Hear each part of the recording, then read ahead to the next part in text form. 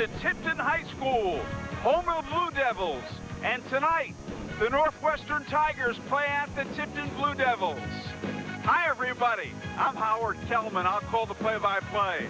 John Fox provides the color commentary. The Blue Devils undefeated, 11-0. Northwestern 6-5, and injuries are going to play a factor in this game.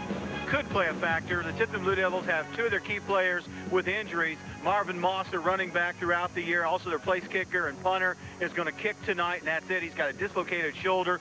And also on defense, Aaron Conaway, one of their stalwarts at linebacker, has torn an ACL, anterior cruciate ligament. He has a special brace made for him tonight. He's going to play. He can do no further damage to the ACL injury.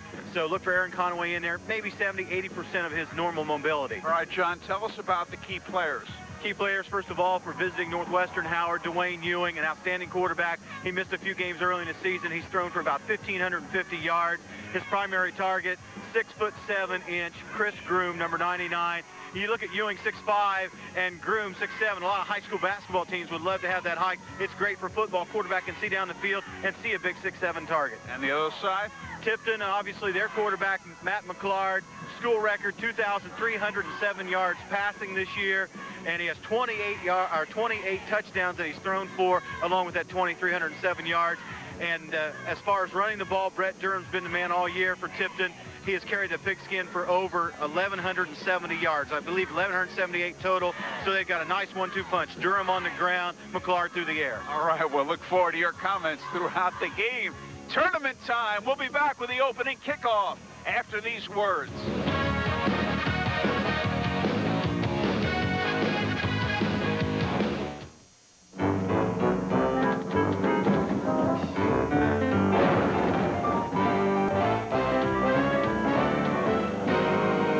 Need new carpet? Then now's the time to come in for terrific savings on DuPont Stainmaster Carpet and for a chance to win a Hawaiian vacation. DuPont Stainmaster Carpet starts beautiful, stays beautiful. So hurry in for savings on DuPont Stainmaster and fly away to Hawaii.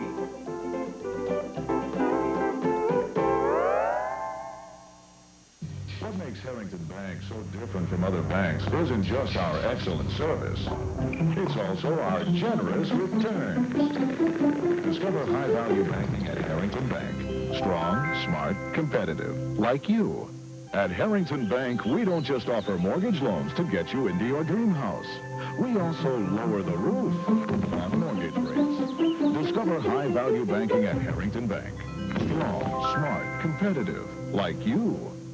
At Welty Custom Exteriors, we value our customers. Here's what some of our previous customers have had to say. They were professional in the way they went about their business. Price, quality, warranty. That's why we chose Welty. The thing I like best about Welty is their honesty and their integrity. As far as Welty was concerned, I really liked the individuals that I had to work with. For your siding, window, and custom exterior projects, call Welty Custom Exteriors or drop by our showroom. Action team, gather round. Action lane home theater sectionals means versatility. You have to adapt to any size court. Let's see play number 1. Comfort play. Very good. Play number 2. Let's see some style. Nice. Now the big play. Versatility means comfort. Not bad, but you gotta make the owners happy. You can't just sit there, be comfortable, and look pretty. You gotta do something. Perfect. We're ready for the home game. Save 30% now at McClintock Quality Furniture, 910 North Washington, Kokomo. And we are ready for the opening kick from Tipton High School. Northwestern will be kicking off. Sean Montgomery and Jeff King are the deep men. Joel Hunt will kick off. And this game is underway.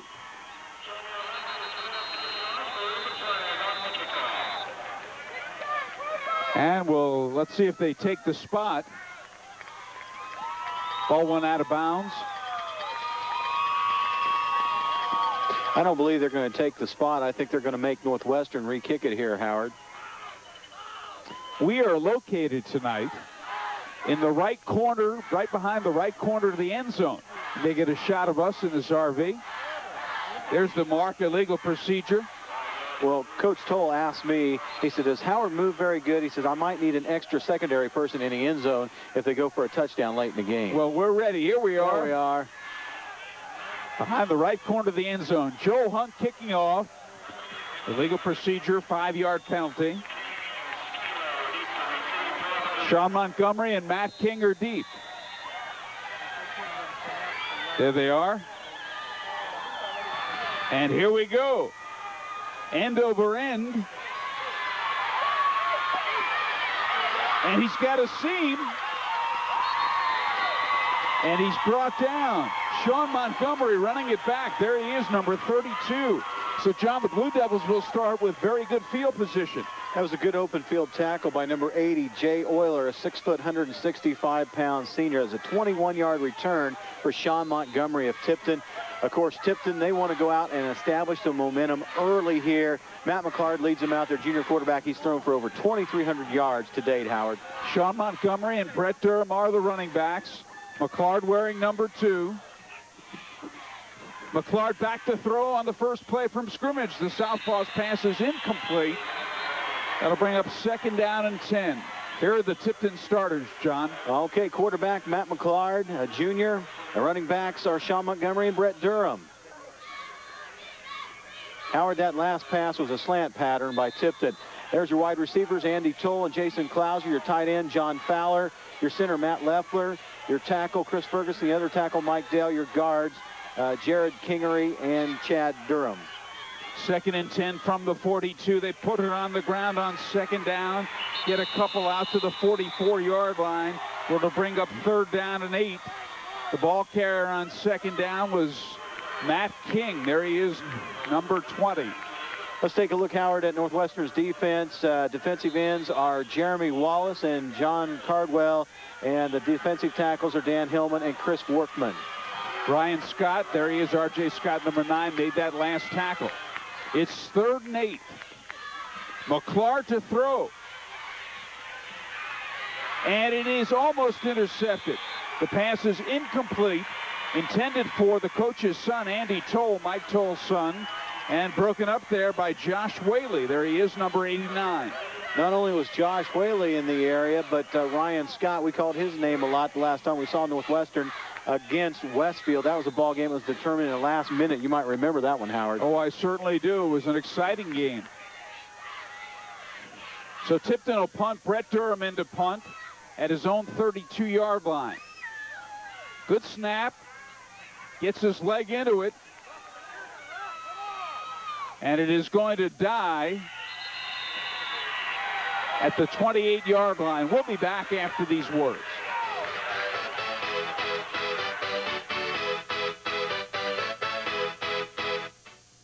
Scoggins Realtors invite you to spend the next few minutes in the comfort of your home touring their exclusive properties. Established in 1974, Scoggins prides themselves on customer service. Each sales associate is a full-time realtor. Their expanded services include national relocations, Kokomo Board of Realtors, and multiple listing service. It doesn't matter who they are. People from all walks of life enjoy driving their vehicle from Tipton Ford, Lincoln, Mercury. Maybe it's because they like the quality of a Ford, Lincoln, or Mercury. It might be because of the quality service they get from Tipton Ford. Or above all, it's probably the fact that when they bought from Tipton Ford, they worked on a personal basis without sales pressure to get the vehicle they needed. Hi, I'm John Milan, inviting you to Tipton Ford, Lincoln, Mercury. We're not the largest dealership in the area, but we believe we're the best. Your home is a big investment, so naturally you want quality homeowners insurance protection at a reasonable cost. You can feel secure with a homeowner's policy from Indiana Farmers Mutual Insurance Group, or Homeowners Plus, with personal property replacement cost and other added protection.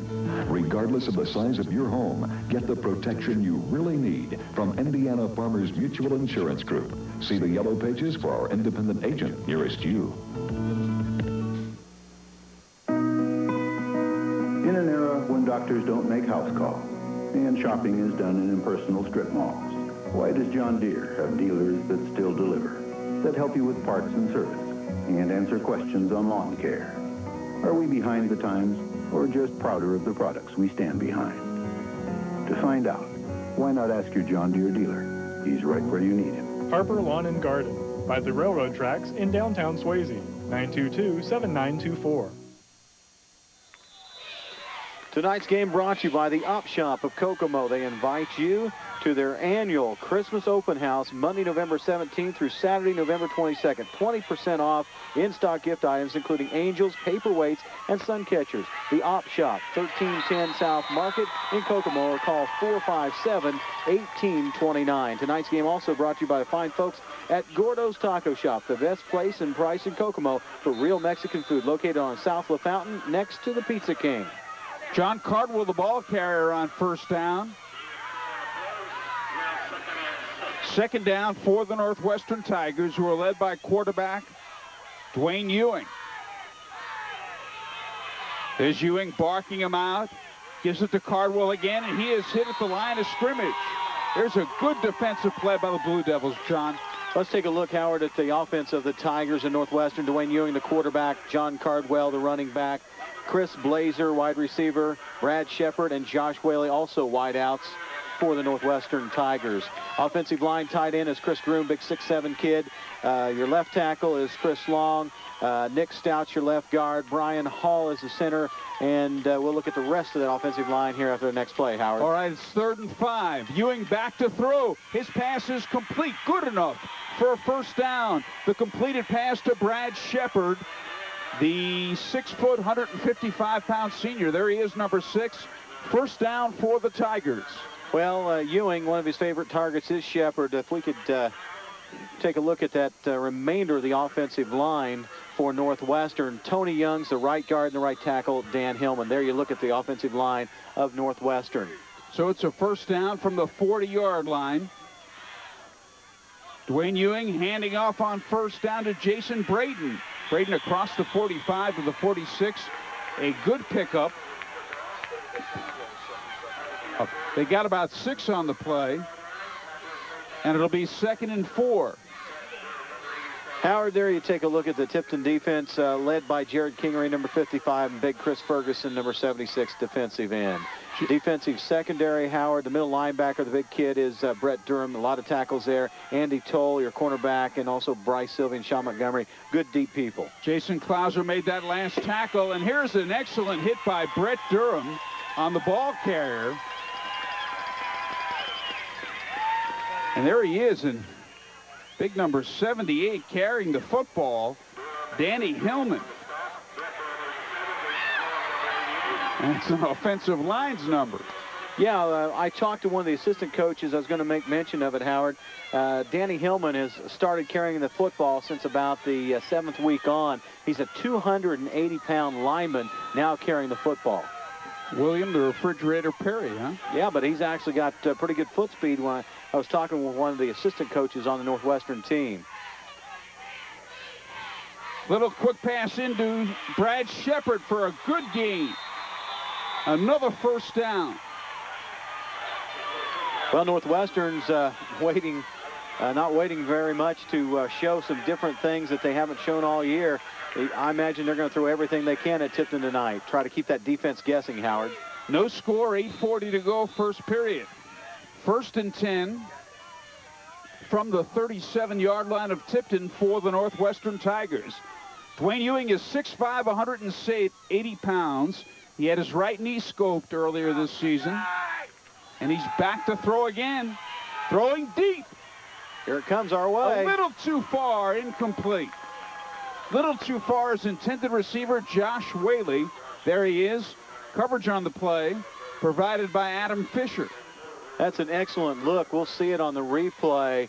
There's Ewing back in the pocket, sets up, lets it go. He's got Whaley open about a couple steps ahead of the Tipton defender, Sean Montgomery, but the pass overthrown right there at the goal line. 2nd down and 10. Here's Ewing barking out those signals. 8:15 to go, first quarter.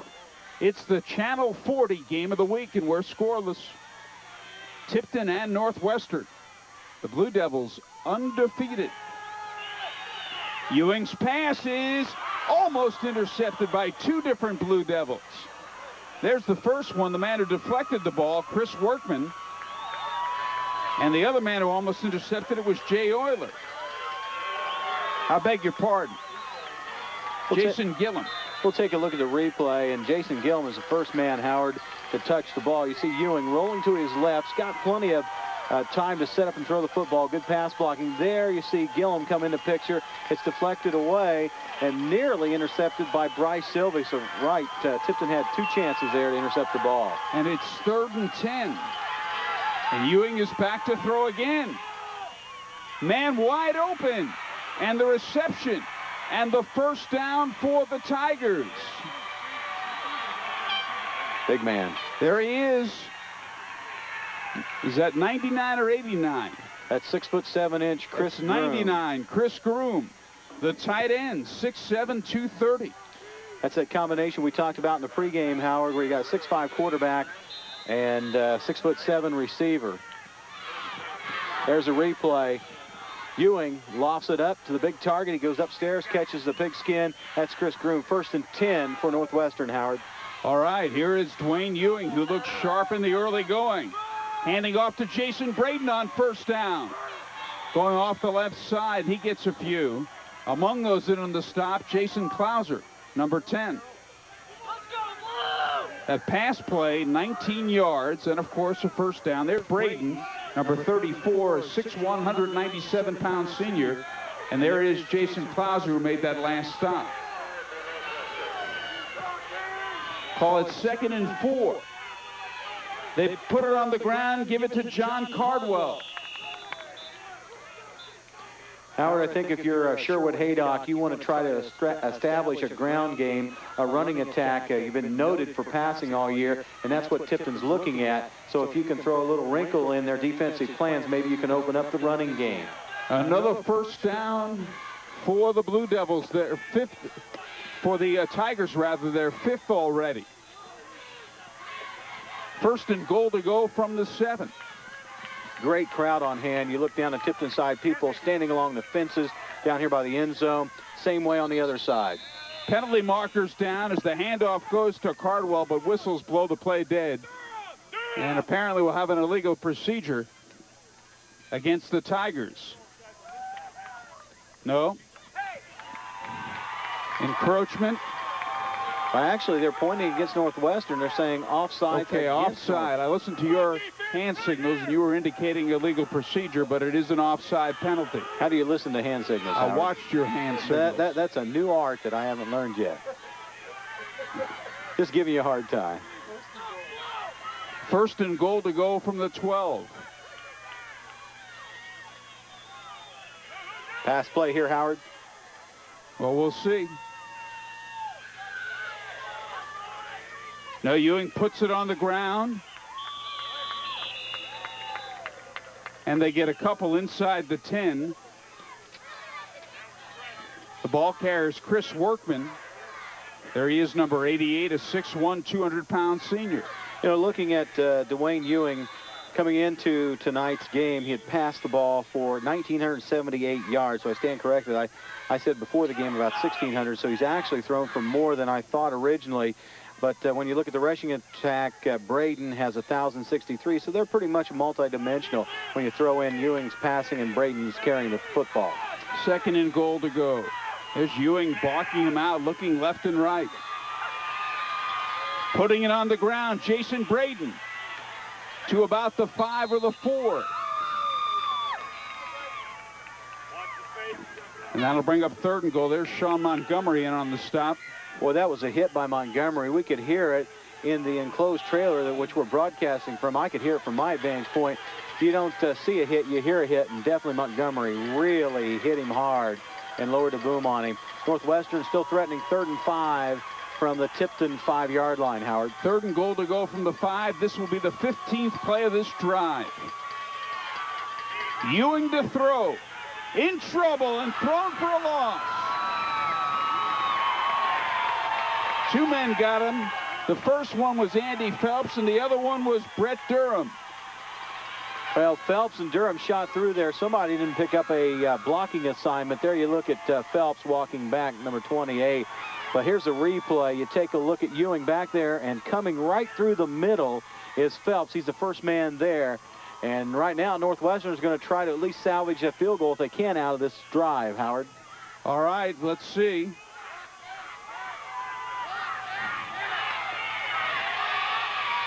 It has the distance.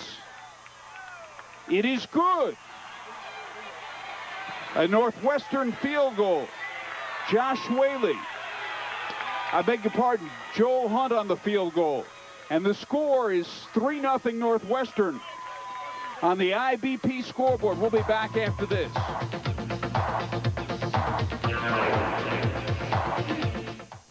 Hi, this is John with Sound of Music in Kokomo, inviting you to one of the largest showrooms of musical equipment in north central Indiana. For church and school sound systems, we recommend Mackie, Electro Voice, JBL, PV, and Behringer. Home recording studios from Tascam, Fostex, and Elisis. Play the finest music on Roland, Corgan, and Sonic keyboards. Great guitars from Taylor, PRS, Gibson, and Washburn. Sound of Music, 106 West Walnut in Uptown Kokomo. This is why we do it. Why at Edward Jones we help you find solutions for reducing your taxes, increasing your income, and planning for retirement. We're in your neighborhood with personal service you can't find anywhere else. Edward Jones, helping you make the most of your investments so you can make the most of your retirement.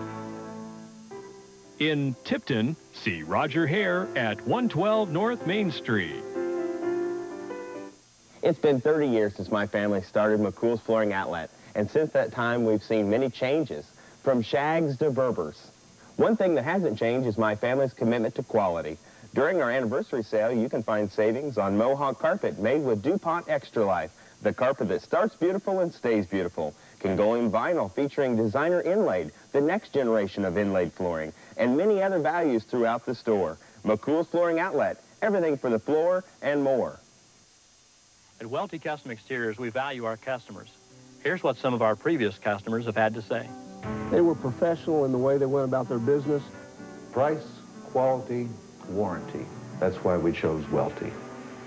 The thing I like best about Welty is their honesty and their integrity. As far as Welty was concerned, I really liked the individuals that I had to work with. For your siding, window, and custom exterior projects, call Welty Custom Exteriors or drop by our showroom. That was a 29-yard field goal from Joel Hunt of Northwestern to put the Tigers up 3-0 with 4:56 to go here in the first quarter. Tonight's game brought to you by Hayes Brothers General Contractors of Kokomo. They're an area leader in remodeling, restoration work, and renovations in commercial design and construction field. Hayes Brothers specializes in church, office, healthcare, storefront, retail, or restaurant work. Hayes Brothers has quality people serving you better. For more information, call 765-453-9446. And Joel Hunt's kickoff is fielded by Matt King. And Matt King is brought down at the near sideline. And the tackle on the play made by number 80, Jay Euler. After the game, Howard stopped by Pizza Shack at the track in Tipton for the best salad bar and pizzas in town. And on Monday nights from 4 to 9 p.m., don't forget that the Shack serves up one of the best buffets anywhere for only $6.50, including tax and drink. So bring the entire family. That's Pizza Shack at the track in Tipton. That last scoring drive for Northwestern was 6:06 on elapsed time, 16 plays, 60 yards. Ewing, 3 of 5, passing for 39 yards. And it was all culminated by a 29-yard field goal from Joel Hunt to make it 3-0 Northwestern. John Cardwell jumped offside there, 28-yard return. Encroachment, the penalty. Cost him 5, and it'll be 1st and 5. Well, the Pizza Shack did its usual great job providing the crew with pregame food. And which pizza did you partake of, Howard? Well, I actually passed. Oh. But you and Tim, I know, participated. Brett Durham caught from behind. And the tackle made by Jeremy Wallace. And there's number 87, Brett Durham, a 5'10", 185-pound senior. Well, we'll take a look at the replay. It was a 25-yard run by Brett Durham. And on the replay, good blocking up front by Tipton to free Durham. He does a great job of following these blocks. 28 yards in all in a pickup for Brett Durham. Jason Braden had a shot at him, but he tried to ankle tackle him. He got 5 penalty markers dead. Down, the whistle blows the play dead. Well, Howard Durham coming into tonight had carried the ball 146 times for 1,229 yards. That's 8.5 yards a carry with 18 rushing touchdowns. Northwestern leading 3-0. 4:30 to go in the first quarter. Tipton ball. Excellent play by Jeremy Wallace, running him down. McClard back to throw. Good protection. Man out there wide open. Incomplete, though. How open can you be there? John Fowler, number 25. There was nobody even in the area code next to him. You know, he could have dialed TD there if it was on the money from McClard, but McClard just overthrew him. That's his tight end, Fowler, as you said. That'll bring up 2nd and 5, and why not go long there?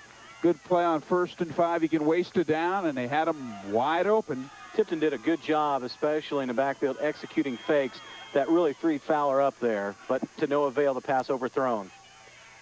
McClard, little mix-up, and he's going to be thrown for a loss. John Cardwell in on the stop, and that'll bring up 3rd down. There is Matt McClard, just a junior, 6'2", 187-pound junior. It'll be 3rd and 6, a loss of 1 on the play. And McClard may very well be a Division I player before it's all over. On 3rd and 6, the pitch out, left side to Matt King. Penalty marker down. Well, Matt King has certainly done a great job of carrying the football this year for the Tipton Blue Devils and has gotten stronger with each and every week. He's carried the ball for 351 yards, but a lot of that's been later part of this season. A late hit personal foul marked off against the Tigers. Looking at the replay here, here's the pitch from McClard out to King. King basically stepped in when Marvin Moss got hurt with a dislocated shoulder. Look how he keeps his feet. He has hit 3 times there, Howard. Finally, a late hit at the end. You see there at the Tipton sideline. But King has a good sense of balance as he picked up extra yardage just because he kept his feet moving and didn't get too much going forward where he fell down. John Cardwell made the late hit. Penalty markers down. 3:34 left to go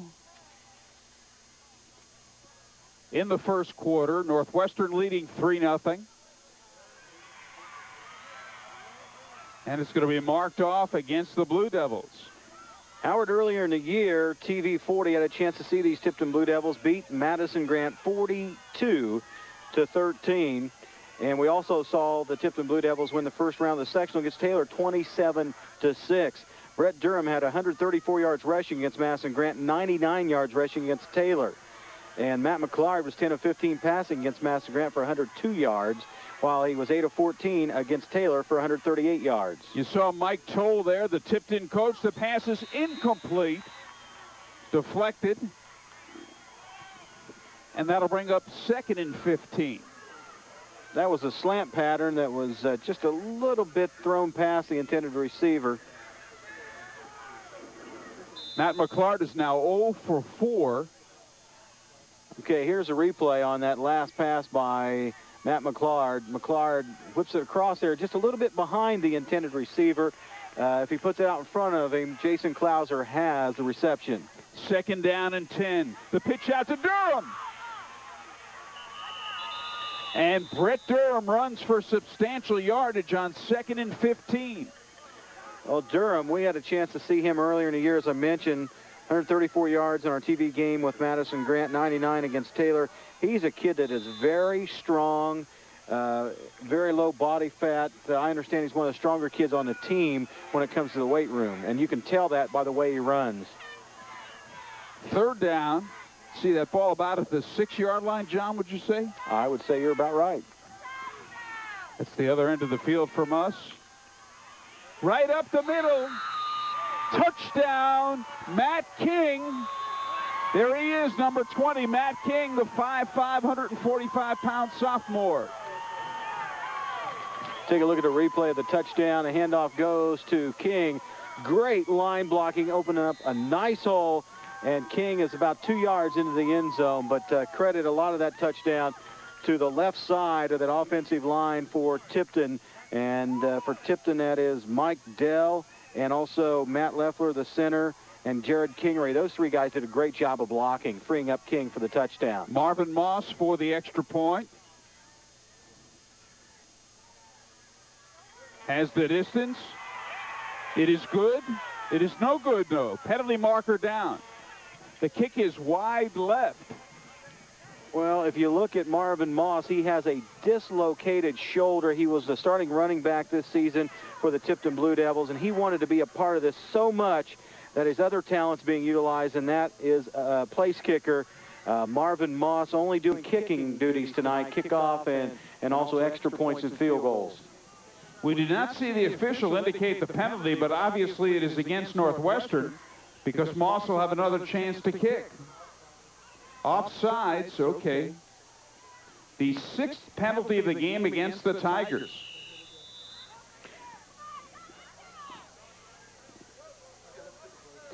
Timeout is being called. The score is Tipton 6, Northwestern 3 on the IBP scoreboard. We'll be back after this.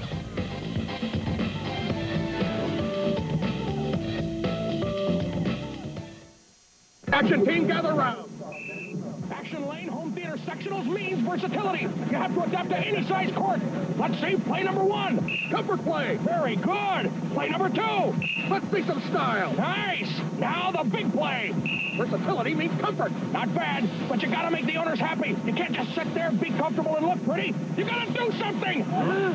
Perfect. We're ready for the home game. Save 30% now at McClintock Quality Furniture, 910 North Washington, Kokomo. Hi, I'm Larry Graves, owner of Carpet Services Unlimited. We'd like to thank our many customers in your neighborhood and tell you we are available to do carpet and upholstery cleaning at your house. If you call this number with a need for sparkling clean carpets, we are close by and can get to you right away. We're bonded and insured, and our work is guaranteed.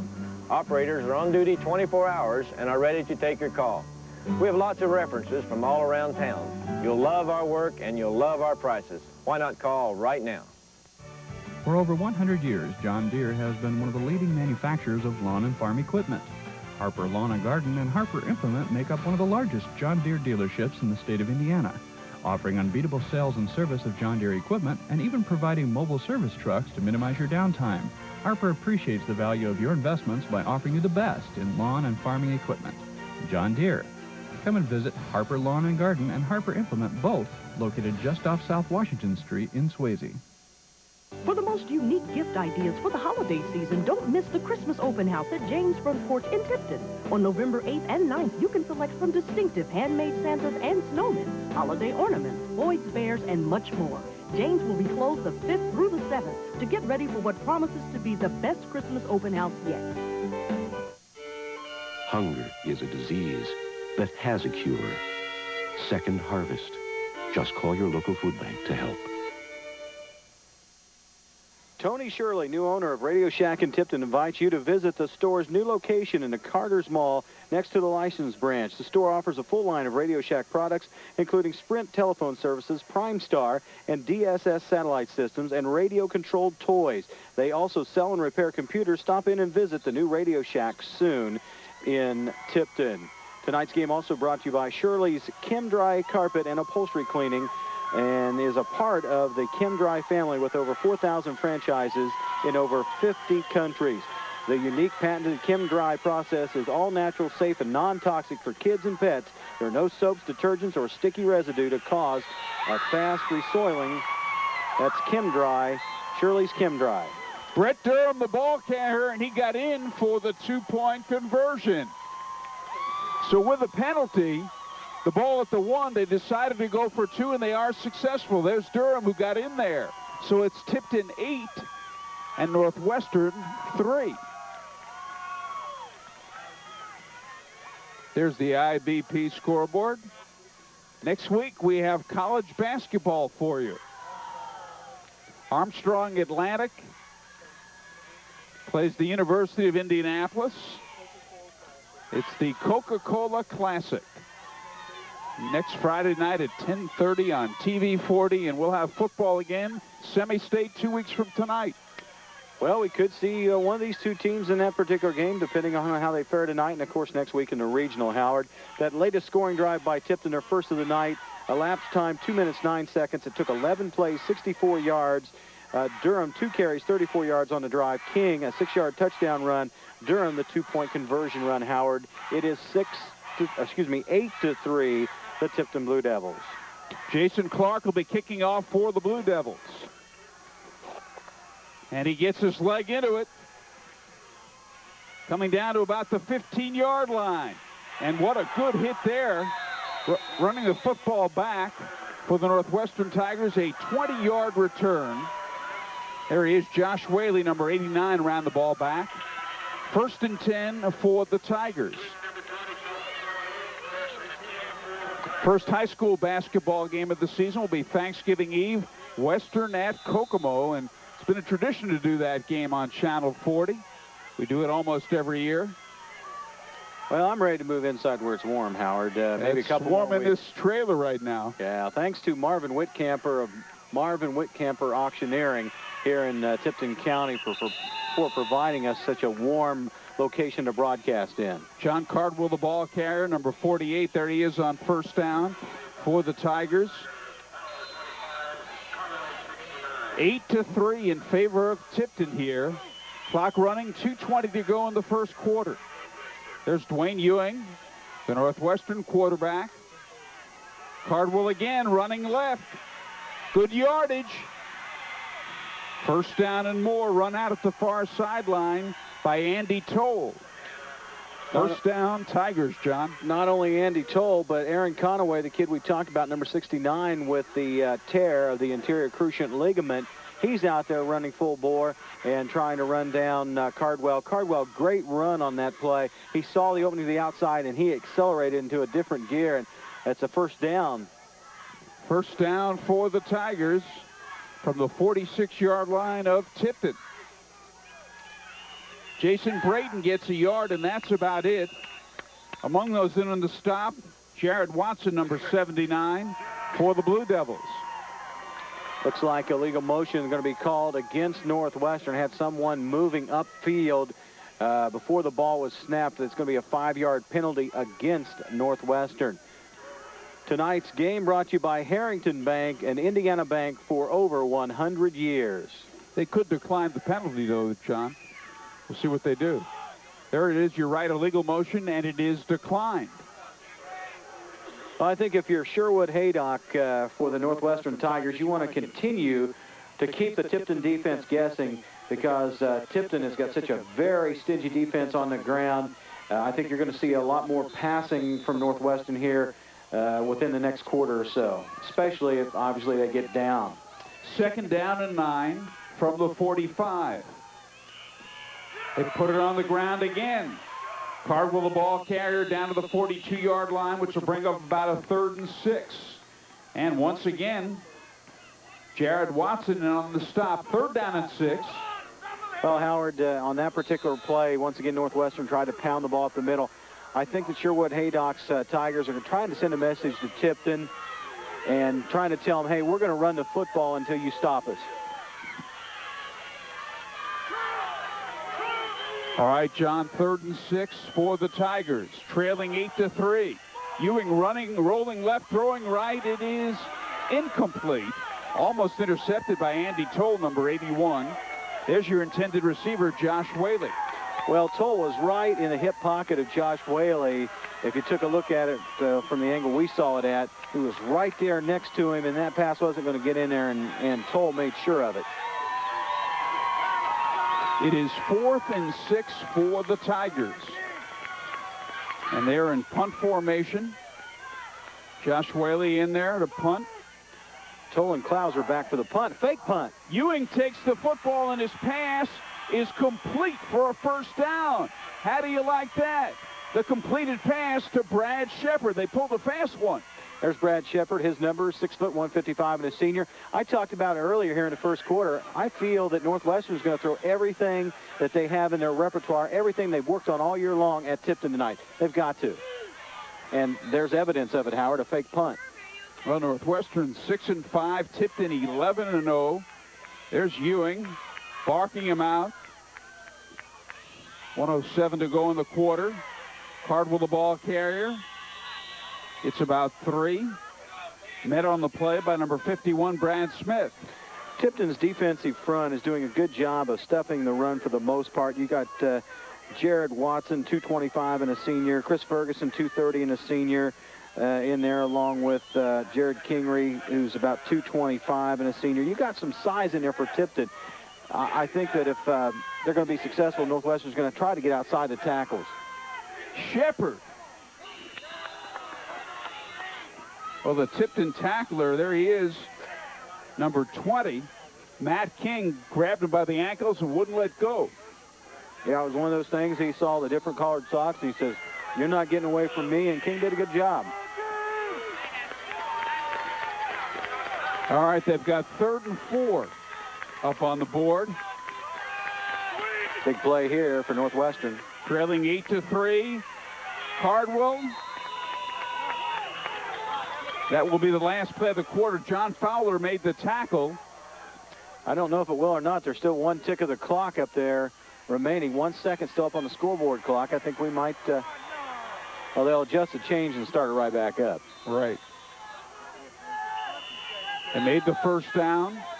That's the end of the first quarter. With the score at Tipton High School on the IBP scoreboard, Tipton 8, Northwestern 3. We'll be right back.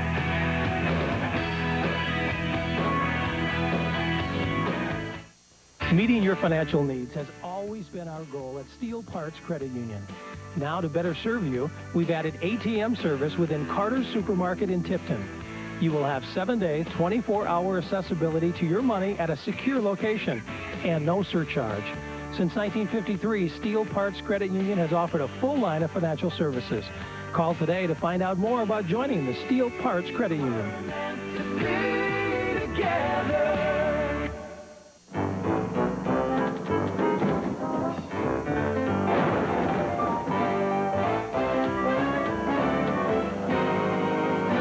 Carpet?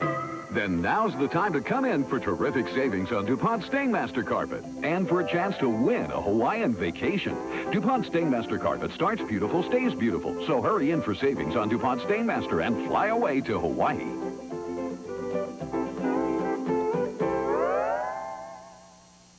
At Welty Custom Exteriors, we value our customers. Here's what some of our previous customers have had to say. They were professional in the way they went about their business. Price, quality, warranty. That's why we chose Welty. The thing I like best about Welty is their honesty and their integrity. As far as Welty was concerned, I really liked the individuals that I had to work with. For your siding, window, and custom exterior projects, call Welty Custom Exteriors or drop by our showroom. Do you want to know what a real Boilermaker is? At Gowdy Brothers Boiler Company, we have been selling, servicing, and repairing boilers since 1914 in the city of Kokomo and the surrounding area. We specialize in church, school, and industrial accounts. We also do certified welding, retubing, turbine cleaning, refractory installation, and repair. So when you need a real Boilermaker, call 459-4416. Now, would you like to explain to me what a real Hoosier is? Our executive producer, Dennis Casey. Director, Dave West. Dave's celebrating a birthday today. Yep, he's 30 years young today. Congratulations to Dave West, our executive producer. Does a great job here for TV 40. To follow the Tipton Blue Devils and all high school football sectional action, subscribe to the Tipton Tribune. The Tribune provides the best in local sports coverage and news important to all of Tipton County. To subscribe, call 675-2115 today. That's the Tipton Tribune. Okay, John, 1st and 10 for the Northwestern Tigers, led by Dwayne Ewing. And they give it to Danny Hillman. Look at him fight his way down for a substantial gain. Well, when you're 282 pounds and you're 6'2", you're going to be really tough to bring down. Look at the size of that young man right there. And he's very athletic from what I understand. Tonight's game brought to you by Gordo's Taco Shop, the best place and price in Kokomo for real Mexican food. Located on South LaFountain next to the Pizza King. Of course, Gordo's Taco Shop is a favorite hangout of the Casey family in Kokomo. All right, 1st and goal to go from the 9. Northwestern trying to take the lead, trailing 8-3. Whaley in motion. And the ball carrier stumbles as he takes the football. And that'll bring up second and goal to go. And once again, it was the big guy, number 78, Danny Hillman. Lost his footing. Yes, lost his footing, but he is one big young man. Look at him stepping next to Groom there. Groom kind of got out of the picture, number 99, but Chris Groom 6'7", and then you look at Hillman. Well, Ewing and Hillman, they're pretty much the same size. They got Hillman listed at 6'2". I don't believe so. I think he's more like 6'4". I think you're right, because Ewing's 6'5", and he's almost as tall as Ewing. Ewing to throw. It is incomplete, almost intercepted. Brad Shepard was the intended receiver, and Sean Montgomery almost made the interception. That was a money play for Tipton there. Sean Montgomery stepped right up the last second, knocked the ball away. You'll see it on the replay here that Montgomery reads the quarterback's eyes. There you see Ewing rolling to his right, on the move, passes it, and it's kind of a timing pattern, and just in the nick of time, Montgomery knocks it away at the last second. All right, third and goal to go from the 9. I don't think the Tigers want to settle for 3, trailing 8-3. 10:52 to go in the first half. Little pass over the middle for his tight end, Groom. Touchdown. Touchdown, Chris Groom. Northwestern has taken the lead, 9-8. Well, I'll tell you what, Dennis Casey called that one from our broadcast booth. They were looking for a little pop pass, a quick pass, a little slant in, whatever you want to call it. And we'll take a look at the replay and see this little quick slant. Just real quick, Groom just gets right underneath the linebackers, and he's in the end zone for the 6.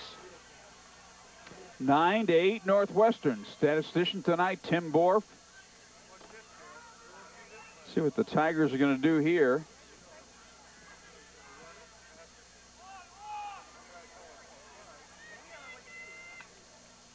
It's a bit of an unusual formation. Got a flag, Howard. Penalty marker down. He did not get in, I believe. That's Chris Workman, number 88.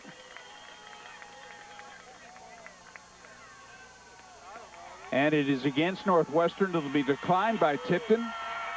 There it is. There's the official signal, and we'll have the Northwestern kickoff after these words.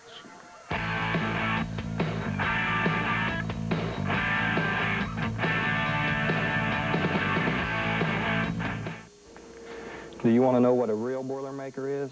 At Gowdy Brothers Boiler Company, we have been selling, servicing, and repairing boilers since 1914 in the city of Kokomo and the surrounding area. We specialize in church, school, and industrial accounts. We also do certified welding, retubing, turbine cleaning, refractory installation, and repair. So when you need a real Boilermaker, call 459-4416.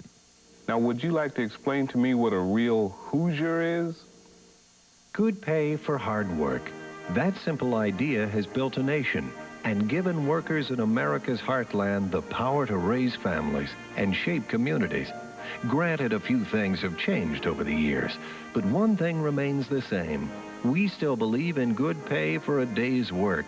We're IBP Logansport, an equal opportunity employer. Apply today. Contact the employment office or call 1-800-728-2709. It's been 30 years since my family started McCool's Flooring Outlet, and since that time we've seen many changes, from shags to Berbers. One thing that hasn't changed is my family's commitment to quality. During our anniversary sale, you can find savings on Mohawk carpet made with DuPont Extra Life, the carpet that starts beautiful and stays beautiful. Kingolim vinyl featuring designer inlaid, the next generation of inlaid flooring, and many other values throughout the store. McCool's Flooring Outlet, everything for the floor and more. Hi, this is John with Sound of Music in Kokomo, inviting you to one of the largest showrooms of musical equipment in north central Indiana. For church and school sound systems, we recommend Mackie, Electro Voice, JBL, PV, and Behringer. Home recording studios from Tascam, Fostex, and Elisa's. Play the finest music on Roland, Corgan, and Sonic keyboards. Great guitars from Taylor, PRS, Gibson, and Washburn. Sound of Music, 106 West Walnut in Uptown Kokomo. The Op Shop of Kokomo invites you to their annual Christmas open house Monday, November 17th through Saturday, November 22nd. 20% off in-stock gift items, including angels, paperweights, and sun catchers. The Op Shop, 1310 South Market in Kokomo, or call 457-1829, the Op Shop of Kokomo. And tonight's game also brought to you by the fine folks at Pizza Shack in Tipton. Pizza Shack in Tipton has just made eating lunch out easier no matter what day it is. The new Saturday lunch buffet is something you need to check out at Pizza Shack at the track. Joel Hunt drills one that Tipton comes up with, similar to that kick last week. One of the up men for Tipton, number 60, Troy Hoover, came up with a football. There he is, limping off a liner, a low liner that Northwestern almost got back. I told you to take your coat off. Now you're taking my advice. First down for the Blue Devils. Well, that latest scoring drive, I'll tell you about it here in just a second. Sean Montgomery, the ball carrier, gets a yard or two, and he is met on the play by Jeremy Wallace. There's Montgomery. That Northwestern scoring drive, Howard, elapsed time was 4 minutes, took 13 plays, 64 yards, TD pass, 9-yard pass from Dwayne Ewing to Chris Groom, and Cardwell, 5 runs for 29 yards on that particular drive, so he's ran the ball very well. All right, a gain of 1 on the last play at 2nd and 9. Both Toll and Klauser are wide right. Now Andy Toll goes in motion. McClard to throw. Throwing deep. It is incomplete. Klauser, the intended receiver, wants a pass interference call on Jason Shue, but none is forthcoming. Well, we had a chance to see number 2, Jason Shue, a 5'10 sophomore against Westfield. We'll look at this replay, and he does a very good job. He times out perfectly. McClard, good pass blocking up front so he can let it go. Nice tight spiral. Last second here, watch him come in. There's nothing there. That is a good defensive play by Shue. Good camera work, too, I might add. 3rd down and 9 from the 48. There is Mike Toll, the head coach of the Blue Devils, in his 17th year as head coach. McClard setting up a screen right. Incomplete, overthrown. Nobody was out there. Brett Durham may have been the intended receiver. McClard now is 0 for 6 passing. That is very uncharacteristic of Matt McClard, who came in here with 28 passing touchdowns and has thrown for over 2,307 yards before tonight. Our refereeing crew tonight is Steve Taylor, the referee, Mike Tomey, the umpire, linesman Chris Yakey, line judge is Larry Metzler, and the back judge, Randy Ferran. Brett Durham into punt. There's Sean Montgomery trotting into your screen.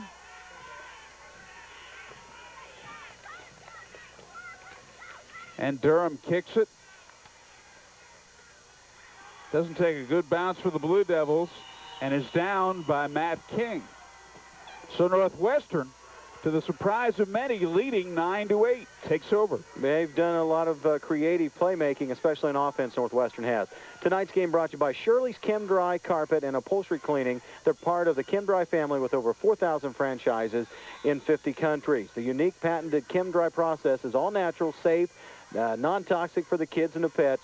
There are no soaps, detergents, or sticky residue that cause fast resoiling common with other methods. With Chem Dry, most carpets dry in 60 minutes. That's Chem Dry, Shirley's Chem Dry of Kokomo area. Only a 14-yard punt, and that pass is incomplete. And it was thrown by either Whaley or it was thrown by Josh Whaley, number 89. There he is.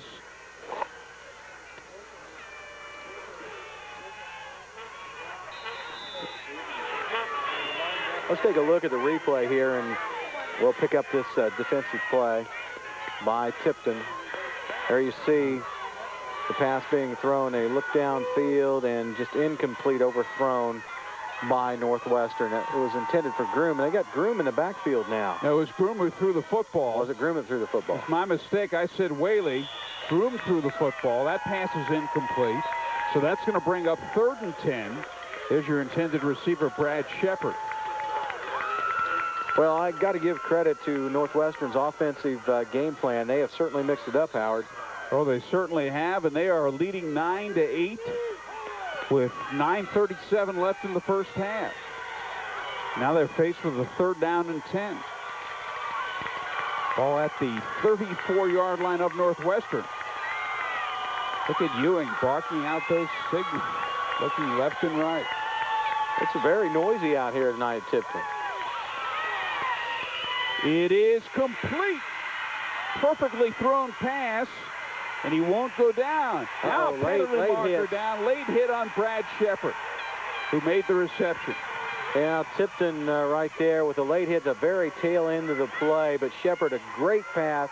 He looked the ball all the way in and made sure he caught it before he did anything, and a good timing situation there. Good throw by Ewing to hit Shepard, and they pick up not only a first down, but now a unsportsmanlike conduct, a personal foul against the Tipton Blue Devils is going to march Northwestern even further into Blue Devil territory. A 24-yard pass completion, 15-yard penalty. Let's take a look at this replay, and we'll see that Ewing has plenty of time to pass the football. Good up-front blocking, keeping Tipton's defense out. Look at that. He's got all kinds of time, looks downfield. Shepard comes in the picture, and a nice catch. He looked that ball all the way in, Howard, on that reception. There's the late hit. It's on Jason Clouser. Okay, John Cardwell, the ball carrier. Running to the far sideline. Brett Durham among those in on the stop, number 87. There's a look at Cardwell. Right now, if you ask Sherwood Haydock where he'd like to be this point in the first half, I think he'd take that 1-point lead, Howard, without a doubt.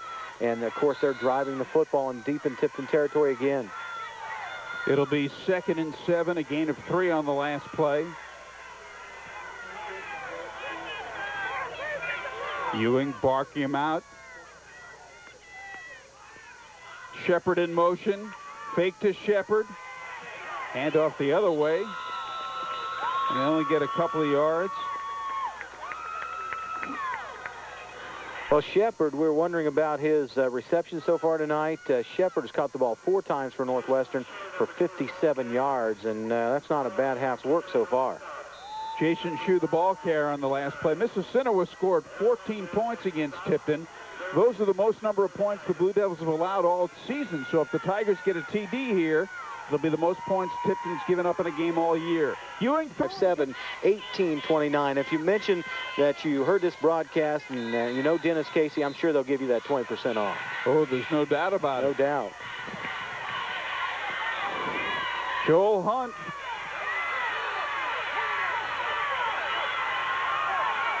And he's finally wrestled down.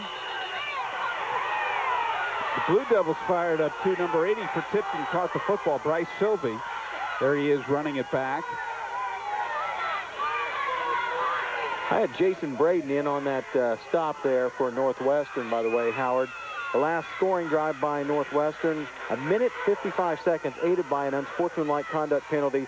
6 plays, 66 yards. Ewing, so far for the game, 6 of 11, passing 99 yards, 2 TDs, and that was the latest TD pass, a 23-yarder to Josh Whaley. McClard pitches out to Durham on first down. He gets 4 to the 48-yard line, where he's brought down by John Cardwell. It'll bring up 2nd and 6. So let's see if Matt McClard can get things going. He has not completed the passes yet. You know, sometimes you try too hard. Sometimes you just got to step back, look at the whole picture and say, look, I'm 0 for the night so far passing. I need to do something to get on track. Relax a little bit and try to quit pushing yourself just so much that you kind of get out of a kilter or out of rhythm. Well, you're right, John, in saying relax. You got to stay within yourself, play your own game. Here's a first down and more. Matt King, the ball carrier. The tackle made by Brad Shepard. There's number 20, Matt King, a 545-pound sophomore. The last time that we had a chance to see Dwayne Ewing, he was 10 of 29 passing for 270 yards and 5 touchdowns. And Braden, Jason Braden, offensively for Northwestern, rushed for 197 yards. So they're quite a 1-2 punch, as likewise you've got Durham and McClard for the Tipton Blue Devils. 12 yards and a first down. McClard's pass is... It's incomplete. Waiting for the official signal. There's your intended receiver. There's your quarterback, Matt McClard. Hands on his hips. It'll bring up 2nd and 10.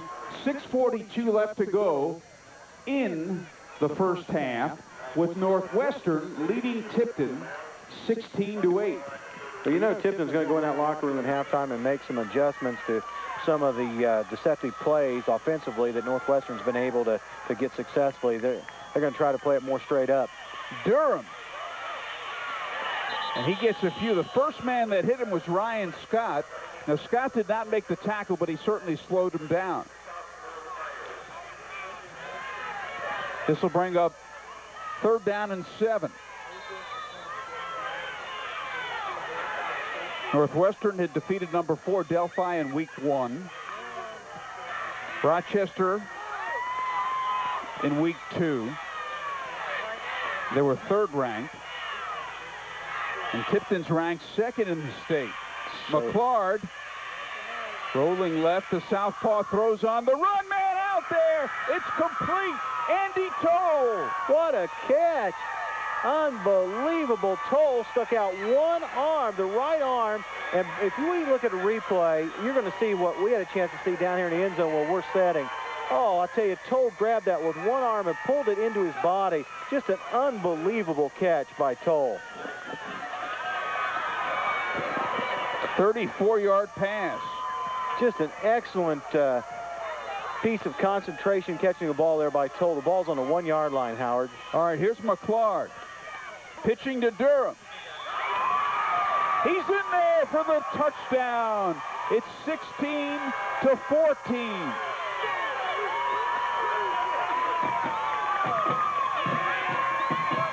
(16-14) in Tipton, you would think would go for 2 to tie it up. Okay, let's take a look at a replay of the touchdown run. There is the pitch back, and Durham is in from 1 yard out. But credit to Andy Toll with a great reception down here at the goal line at the 1. I mean, it was an unbelievable catch that he made. The Blue Devils call for a timeout. They're going to go for 2 to tie it up. John? I'd like to tell you about Pizza Shack at the track. Pizza Shack at the track is now offering a spaghetti special on Wednesday nights. Come in and enjoy all the spaghetti you can eat for only $4.99. And if spaghetti isn't what you had in mind, select from many of the delicious items on their menu at Pizza Shack at the track.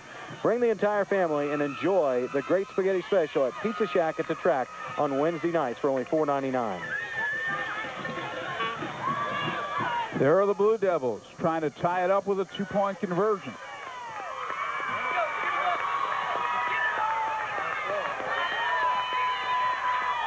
(16-14) Northwestern.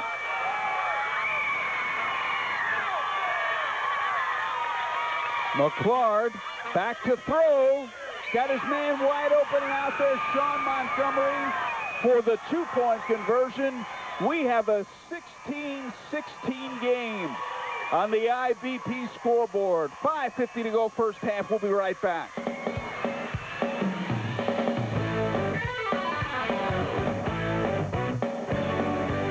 Owner of the Radio Shack in Tipton, and that's not Tony Shirley right there, but he is the owner of the Radio Shack in Tipton. He invites you to visit the store's new location in the Carter's Mall next to the License branch. The store offers a full line of Radio Shack products, including Sprint telephone services, Prime Star, and DSS satellite systems. Also, radio-controlled cars for Christmas. They will sell and repair computers on the spot there at the Radio Shack in Tipton. Stop in and visit at the new Radio Shack location in the Carter's Tipton Mall. Jason Clark's kickoff is bouncing. And let's see, did Josh Whaley touch it? He did. And Northwestern will have to start from inside its own 10. You could see from our advantage point, Whaley kind of indecisive there, Howard. Ended up touching the ball. It went out on the 10-yard line. So it's not going to be very good field position for Northwestern at all.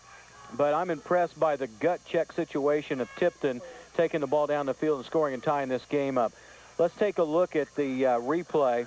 As you see, great camera work once again, and the ball right about there touches him up around the midsection and bounces out of bounds. Tough break there for Northwestern, but Tipton, you got to like it. It has been an exciting first half. 5:46 to go. We're tied at 16. Well, Northwestern, as we mentioned, they're the giant killers, knocking off number 4 and 3 teams in the state so far in the sectional. They put it on the ground, first down. Ewing gives it to Cardwell. Substantial gain there.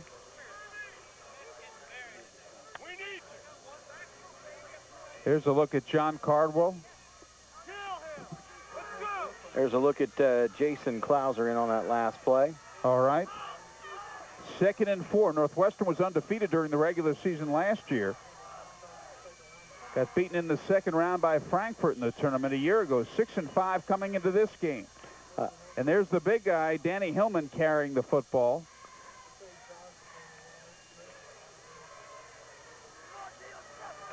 Well, of course, Northwestern is a ball club that's probably remembering being knocked out of the tournament when they were undefeated, and they're probably trying to lay some licks on some of the ranked teams this year. Kind of a little bit of a revenge, maybe, Howard. Yeah, I would think so. Clock running, 5 minutes to go. 1st and 10 for the Tigers, just across the 20-yard line. Cardwell, 25, 26. Good gain, a gain of 6. That'll bring up 2nd down and 4. And once again, Jason Klauser made the tackle, number 10. On that Tipton scoring drive, Howard, that tied it up, 2 minutes, 3 seconds elapsed time, 6 plays, 56 yards, a 1-yard TD run from Brett Durham. 2-point conversion was the big play to tie it up, where McClard, of course, looked in the end zone and found Sean Montgomery. But the big pass was a 34-yard pass play from McClard to Toll. And McClard's 1 of 8 for 39 yards passing, but one big pass completion. Josh Whaley for a 1st down and more. He is brought down by Jared Kingery, and not only is Northwestern throwing the ball successfully, but on this set of downs, they're running the ball very well, too. We'll take a look at a replay here and see this run as it develops. Ewing handing off to Whaley coming around. Whaley follows his blocks real well, and he's got a 282-pound halfback, or fullback, if you will, blocking in front of him that allows him to get about an extra 8 or 9 yards, and that being big Hillman there. 1st down, Tigers, and there's a gain of 7, going straight up the middle on 1st down.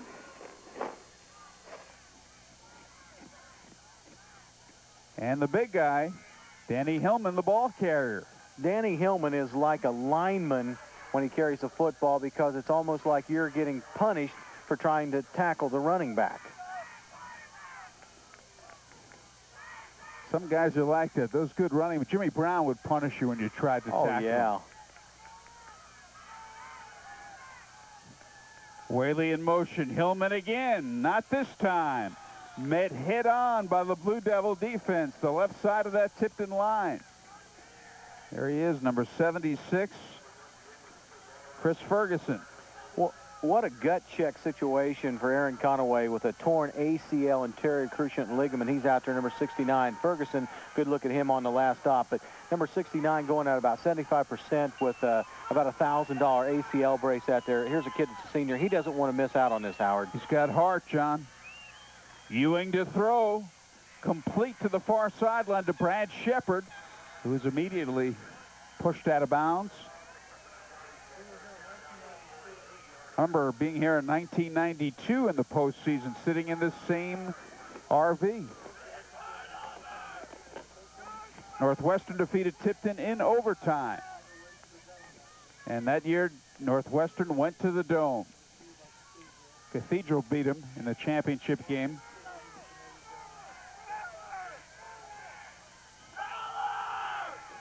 Well, that particular game, I believe, was the Rain Bowl, wasn't it? Was that the year they had the big rain? The pass is complete to the far sideline. Brad Shepard again makes the reception. You're right, it was raining that day. Yeah. I remember doing the game also that particular night, but I was not with TV40 at the time. I was with Barry Krause that night. Yeah. Here's a good look at Brad Shepard on the last reception. 6 foot, 155-pounder. He's a kid that's very active, both on the offense and defense for Northwestern. Clock running. 2:12 to go, 1st half. 2nd and 8. Ewing back to throw. Tough play for a right-hander, rolling left. Now running right. Durham chasing him down, and Ewing cuts his losses, recovers the ball, and goes out of bounds. Boy, I'll tell you, that could have been disaster city. I saw the ball come out. Ewing got it back and then got shoved out of bounds. But if you take a look at this replay, you can see he rolls to the left, and he's being chased by Ferguson. Ferguson's out of the picture. He gets blocked. Then Durham, a very fast man for Tipton, trying to chase down Ewing. The ball just comes flying out when he was running by, and good presence of mind by Ewing to get back on that football. Okay, John, there's Ewing. It's 3rd and 11. Game tied at 16. A minute 25 left to go in the half. Ewing's pass is complete. How about that one? That was a great catch. Sean Montgomery was draped all over the Northwestern receiver. Is that Josh Whaley? Yes, it is. Number 89. Well, I think if you're Sean Montgomery, you can't do a better job of pass defense than that. I mean, Ewing just did a spectacular job of threading the needle and getting the ball into Whaley. Well, you're right. He threaded the needle that time, and he picked up a first down as well. He's thrown for 117 yards in this half. Shepard in motion. Fake to Shepard. Ewing throwing deep. He's got his man out there. A touchdown. A touchdown to Josh Whaley. 37 yards. They've worked that play time and time again. 37-yard touchdown pass from Ewing to Whaley. And Whaley, we're going to take a look at a replay on this touchdown. They send a man in motion. They fake the handoff again. Good execution, draws the defense in. It brought Montgomery to bite on the run, and he's about 10 yards away when this play ends up. He's actually 5 behind him, and it's just to the goal line, and Whaley's a better man. He's actually 5 yards ahead of Montgomery. Joe Hunt for the extra point, has the distance. It is good. 1:01 to go in the first half.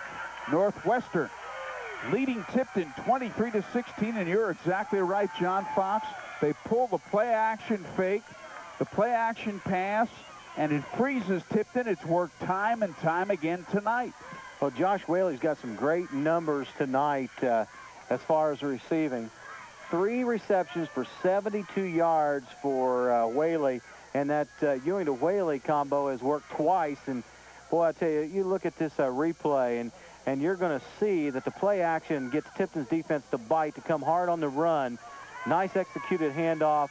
Back to pass is Ewing looking downfield. Look at that, Howard. There's 6 yards between the defensive back Montgomery and the receiver Whaley, and a lot of that's done because of the play action fake at the line by the quarterback and the running back. They're trying to sell the run, Howard, and they did a good job of doing it. There's Mike Toll. Ewing has not had a 300-yard passing game in his career.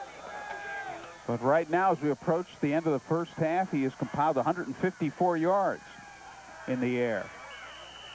Well, Joel Hunt kicks it out of bounds with 1:01 to go in the half, and we'll see what Tipton elects to do here. Well, they were trying to pooch kick that one, kick it away from the return man, especially Mr. Durham. He's the kind of guy that can light you up in just a moment's notice. That last scoring drive was 90 yards, 11 plays, elapsed time 4 minutes, 49 seconds on the drive for Northwestern. Ewing 4 of 4 passing for 55 yards on the drive, a TD pass of 37 yards from Ewing to Josh Whaley. Whaley, 3 receptions, 72 yards tonight for the Northwestern Tigers. And Josh Whaley has done a super job, 2 touchdowns to go along with his 72 yards. There's the indication, John, illegal procedure against the Tigers. The ball kicked out of bounds. And they'll kick it again from the 35 this time. There's no doubt Tipton has not seen a quarterback of Ewing's caliber. Dwayne Ewing, obviously a kid that has thrown the football. That's been his bread and butter all his high school career. And I just don't think Tipton's defensive secondary has been used to seeing the ball put up that often in a ball game, Howard. And because of the executed play action fakes to the running backs, they've drawn the defense in, and they've been able to burn Tipton twice. Well, Ewing 3rd in the state in passing, averaging 220 yards per game. McClard 4th in the state, but Matt has struggled so far tonight for the most part.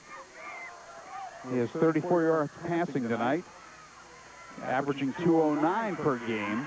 Matt King running back, Joel Hunt's kick, and the Blue Devils will start as Brad Shepard makes the tackle.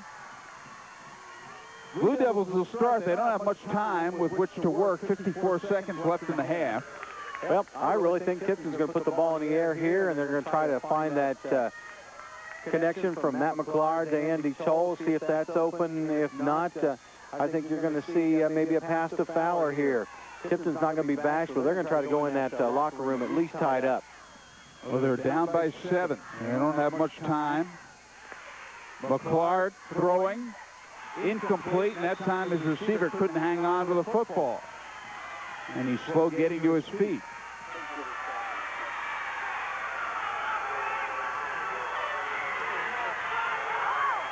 Got an injured man down on the field there, Howard. Looks like a Tipton Blue Devil. Take a look at the replay here. McClard dropping back to pass, got pretty good line blocking, looks for the man out here, and it's just off of Clouser's hands. There was a lot of zip on the pass, and it went through Clouser's hands, and Clouser got hit pretty good. There he comes off the field. I think he just got his bell rung. He appears to be okay.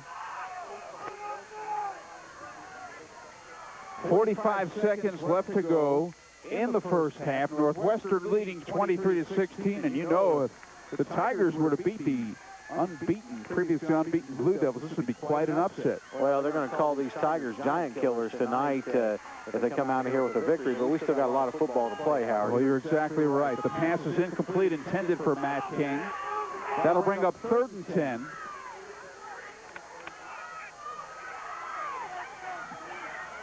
Probably Zionsville losing to Lebanon would be the biggest upset thus far in the tournament. Lebanon beat them 21-20 in OT. Yeah.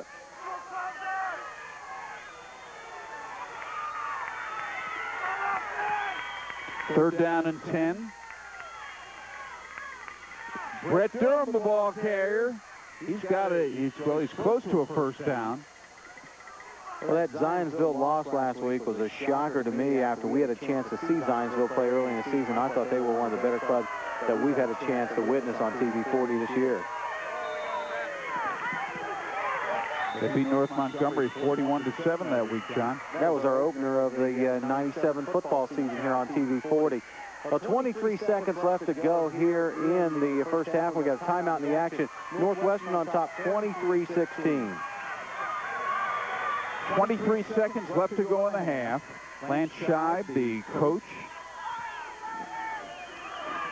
who is Jeff George's receiver at Warren Central. And he was a standout at Purdue as well. He's the coach at Lebanon now.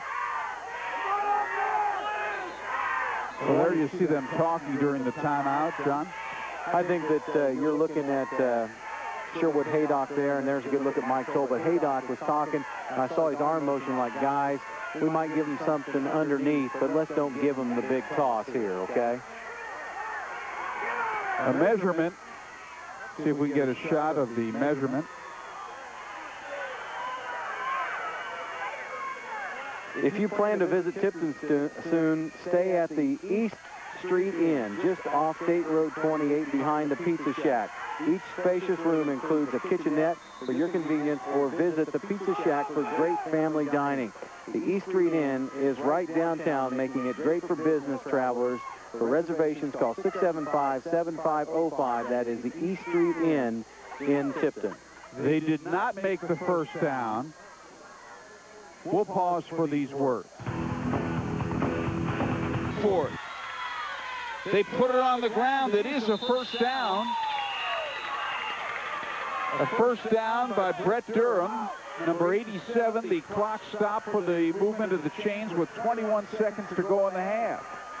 They still have a long way to go. Certainly do, but still some time on the clock. 46-yard line. McClard to throw. Now he's going deep. Incomplete. Intended for Jason Clouser. Coverage on the play provided by Jay Euler. Euler did an outstanding job of timing that pass from McClard. And McClard probably threw that ball every bit of 55 yards in the air, Howard. Well, Clouser, the intended receiver, was averaging 29 yards of reception, and he's been the guy that McClard has went to a lot this season. Clock stop with 10 seconds to go in the half.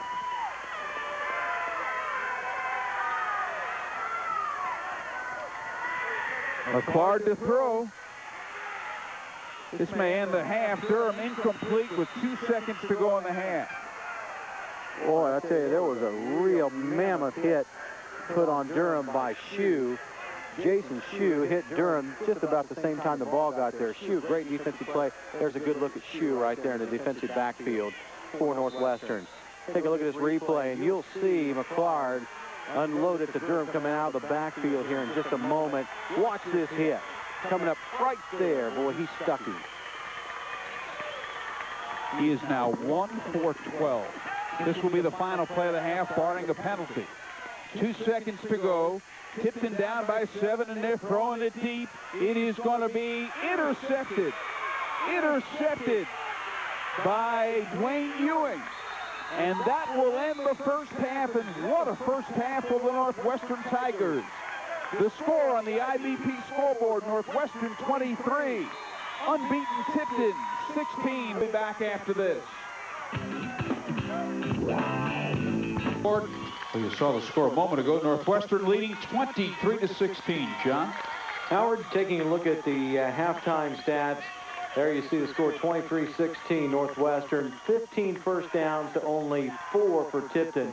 Northwestern's dominated the offensive category, 101 yards rushing, 84 yards for Tipton rushing, 163 yards passing for the Northwestern Tigers, only 32 for the Tipton Blue Devils. Total offensive yards, 264 for Northwestern, 118 for Tipton. There you look at the fumbles. Penalties, 7 penalties, 42 yards for Northwestern, and 2 penalties, 20 yards for Tipton. Here is a very important stat at this point in the ball game in halftime. Northwestern, time of possession, 16 minutes and 50 seconds in the first half. Tipton, only 7 minutes and 10 seconds. If you're Tipton, you can't score if you don't have the football, Howard. All right, John, we'll be back. We've got a read here, okay? Yes, we've got a message from the Op Shop of Kokomo. They invite you to their annual Christmas open house Monday, November 17th through Saturday, November 22nd. That's 20% off in-stock gift items, including angels, paperweights, sun catchers. The Op Shop, 1310 South Market Street in Kokomo, or call 457-1829. You know, you and I ought to get in a car, go up to Kokomo, and see if Dennis can go in there and get us a discount. That's a great idea. Yeah. His sister runs it. He thinks he'll be able to pull it off. Yep, I know somebody would like a couple of those angels at my house. Dennis's sister, Katie Petrie. She runs it, and she'll pull it off for us. All right, we'll be back with period 3 after this. 3, Jason Clark kicking off for Tipton. And it's Northwestern ball being run back by Jason Braden. 1st and 10 for the Tigers, who are leading 23-16. There's Braden, number 34. Braden was brought down by number 20, Matt King of the Tipton Blue Devils. Boy, if you could just be a fly on the wall in the Tipton locker room at halftime. Coach Mike Toll saying, look, they're dominating time of possession. They've got us 2-1 in time of possession, and right now they're 2-1 in total offensive yards. So Tipton obviously wants to stop Northwestern here in the first drive of the second half and get that ball back and try to do something with it. All right, Dwayne Ewing, the quarterback, his team leading by 7 points. First down from the 35-yard line. Fake to Shepard. Ewing, thrown for a loss. Thrown for a loss by number 79, Jared Watson. We've got an injured Tipton player downfield. You take a look at Jared Watson there, but we've got a Tipton player who is down. And we'll take a look at a replay. There is Ewing back to pass. And all of a sudden, you see Watson come in there and tackle him for a loss. But the Tipton player is still down on the field, and we can't tell from this advantage point who it is. We'll pause for these words.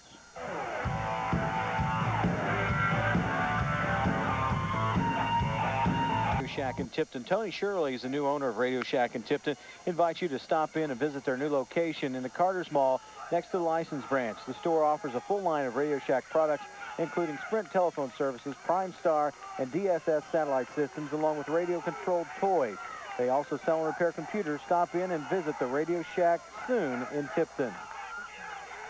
All right, the injured Tipton player is Aaron Conaway, who is playing with an injury. Yeah, he's playing with a torn ACL, anterior cruciate ligament, with a special supportive brace on that leg, and let's hope. They said he couldn't do any further damage, but maybe it slid in and out, and boy, that can really hurt. 2nd and 14 for Northwestern. Opening moment of period 3. Ewing, incomplete, off the hands of his intended receiver, Chris Blazer.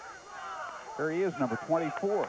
Tonight's game brought to you by Harrington Bank, an Indiana bank for well over 100 years.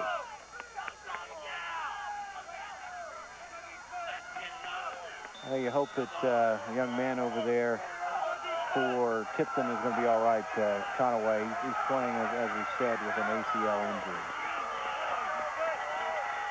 Okay, John Fox, it's 3rd and 14. Crowd here at Tipton High School all fired up.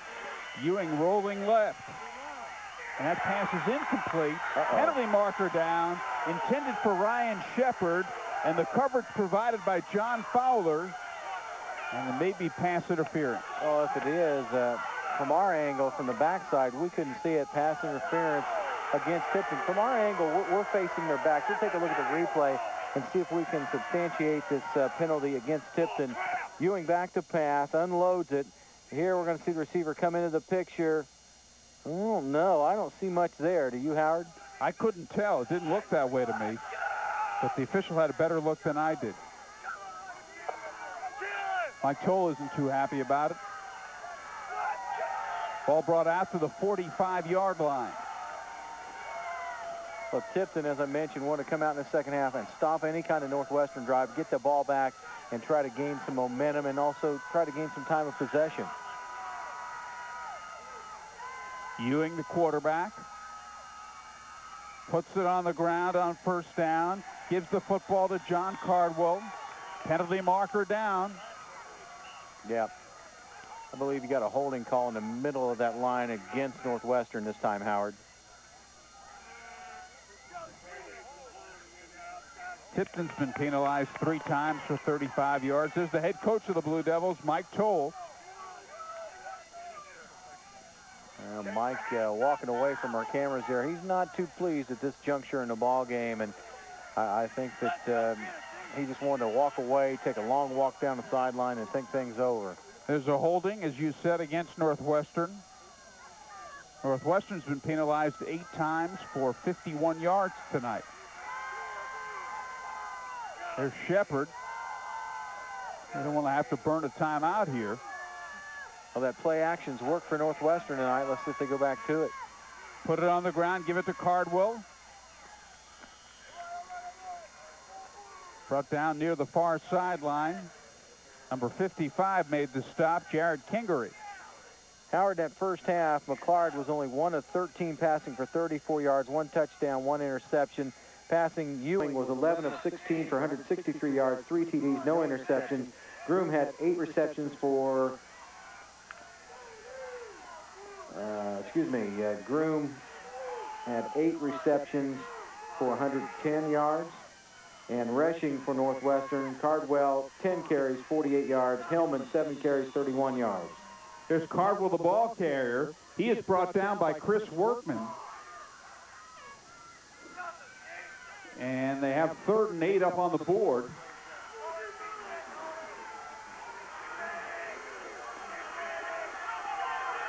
Okay, I had a little trouble with the stat there. I couldn't tell exactly where we was at, but Groom had two receptions for 28 yards, and stand corrected there. As far as other receivers, Shepard, 6 receptions, 63 yards. Play action pass completed to Shepard. Brought down by Montgomery. We'll take a look at the replay. Ewing, once again, play action, fakes the handoff, looks over here to the near sidelines, and making the reception is Shepard as he is hit right before he goes out. Well, actually still on the field of play. Okay, John Fox. That's Chris Blazer, 24. Good enough for a first down. You got to give those Tigers credit. They were penalized on the hold. They still made the first down. Cardwell, first down and more. Boy, I'll tell you what, this offensive line for Northwestern has done a good job of not only run blocking, but pass blocking tonight. Well, they certainly have. Clock running, 9:20 to go in the first quarter. On the channel, in the third quarter rather, on the Channel 40 game of the week. Northwestern leading undefeated Tipton 23-16. Chris Long shaken up on the play. He came off the field, though.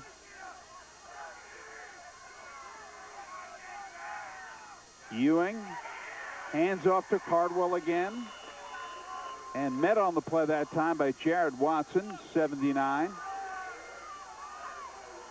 Watson's done a good job defensively for the Tipton Blue Devils.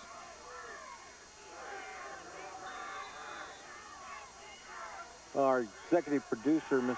Dennis Casey, says a middle screen. Look for that. I don't believe so. I think you might see a slant pattern.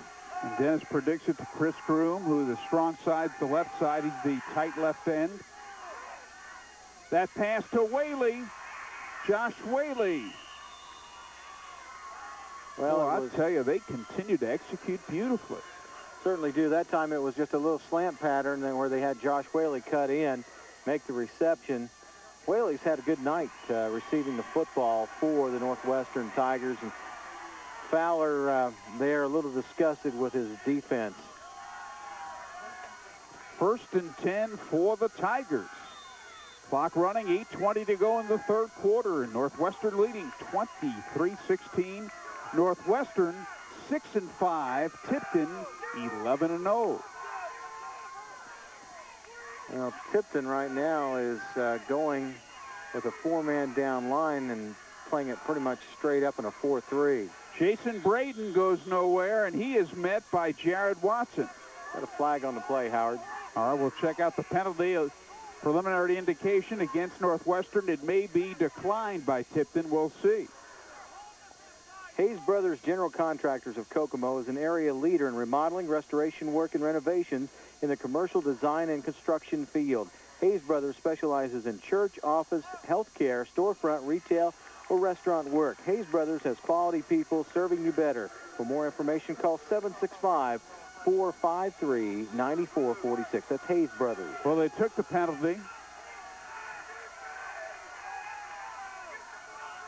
It is 1st and 15.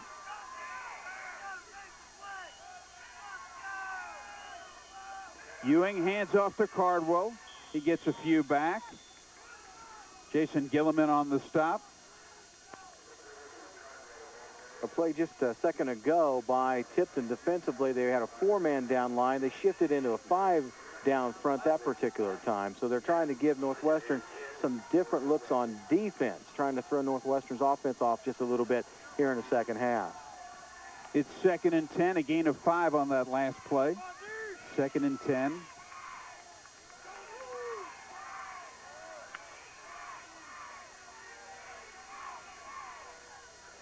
Ewing to Cardwell, and he got about 5 more.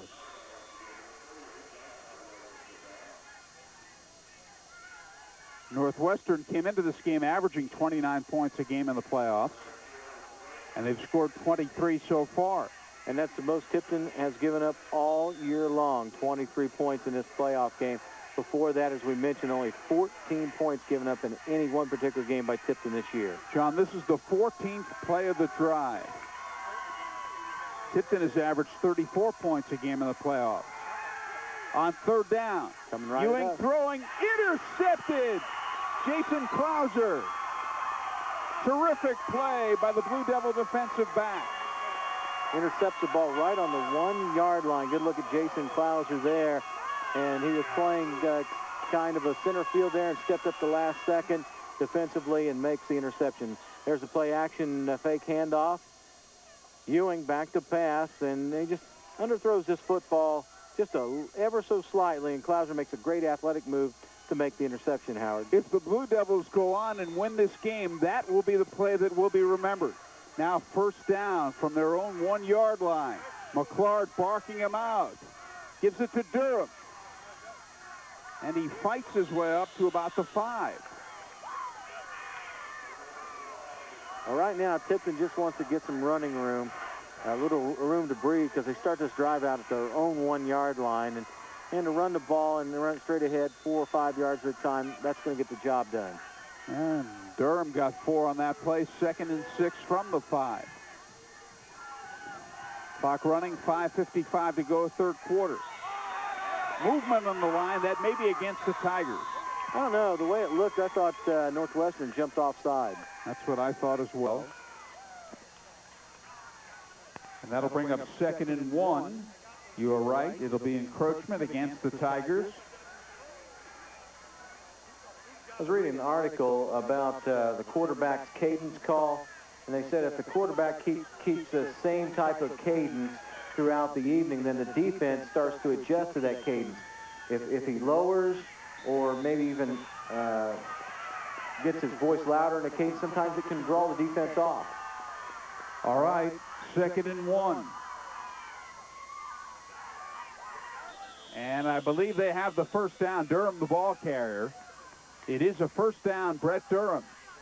So the Blue Devils start at their own 1 and make the first down and now have a little bit of breathing room. Well, certainly that offsides penalty helped them. No doubt about it, John. Okay, let's take a look at the University of Indianapolis. Of course, it's basketball season for the U of I Greyhounds. It's a Coca-Cola Classic. Armstrong Atlantic taking on the University of Indianapolis. Brett Durham gets a few. And Durham is met on the play by Jeremy Wallace. That'll bring up 2nd down. Northwestern leading 23-16. Tipton has the football. The Channel 40 game of the week. Tonight's game brought to you by Gordo's Taco. Best place and price in Kokomo for real Mexican food, located on South LaFountain next to the Pizza King. That's Gordo's Taco Shop. McClard fakes the handoff. Good fake. Throws on the run. He's got his man. He's got his man, Jason Krauser. Workman put pressure on. Yeah, you were saying that. I was going to say Chris Workman put good pressure on, but we've got a yellow flag down. You can't see it, Howard, but from my vantage point, we can tell right in front of the Tipton bench there is a yellow flag. We're going to take a look at the replay here, and we'll see the fake handoff, 2 of them by McClard. McClard rolls out to the near side of the field, looking downfield. On the run, that's a tough throw to put it on the money, and that's exactly what happens. There is a reception by Klauser, but I didn't see what the yellow flag was about. Pitch out to Durham. Durham met on the play by Ryan Scott. Well, the interference call was wiped out, and Tipton took the first down. By the reception. Yeah. There's Brett Durham, number 87. 5'10", 185-pound senior, as John alluded to earlier. Very strong young man. Very quick, too, Howard, I might add. You know, he's been able to get first downs out of situations where you'd think the normal guy'd get a loss. McClard. They go right up the middle. Sean Montgomery, the ball carrier. Tipton grinding it out. Winner of this game plays the winner of the Winnipeg-Bremen game. Winnemac-Bremen game.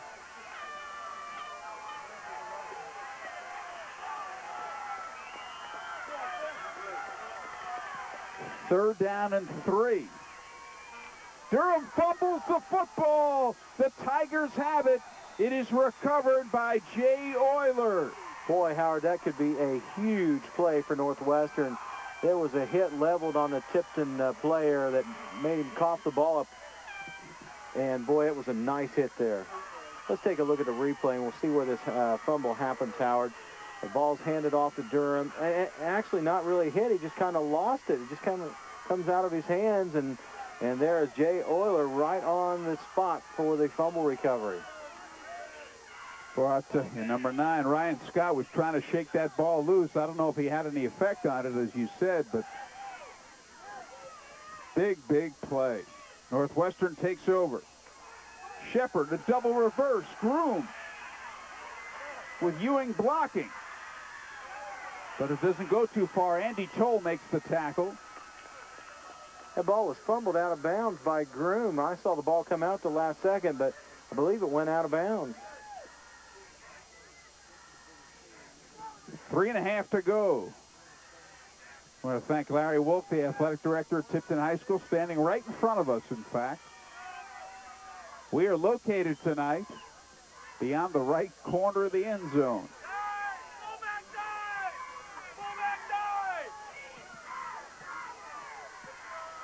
Yes, Jeremy Whitcamper's uncle, Jeremy, of course, a former outstanding defensive player for Tipton.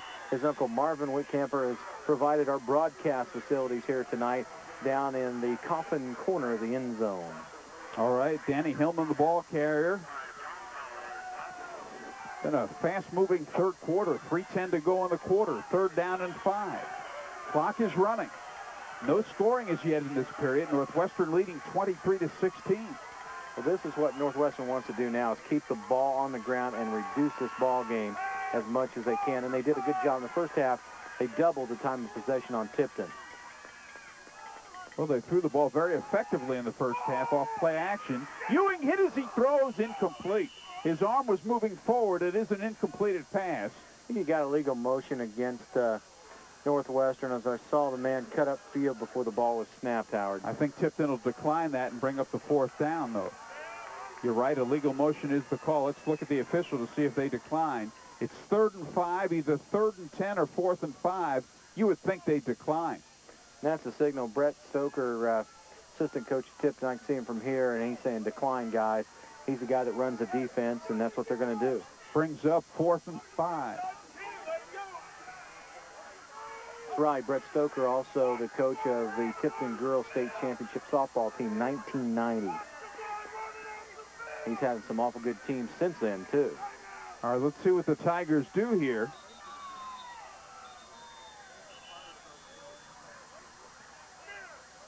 Northwestern has not punted the ball as yet this evening.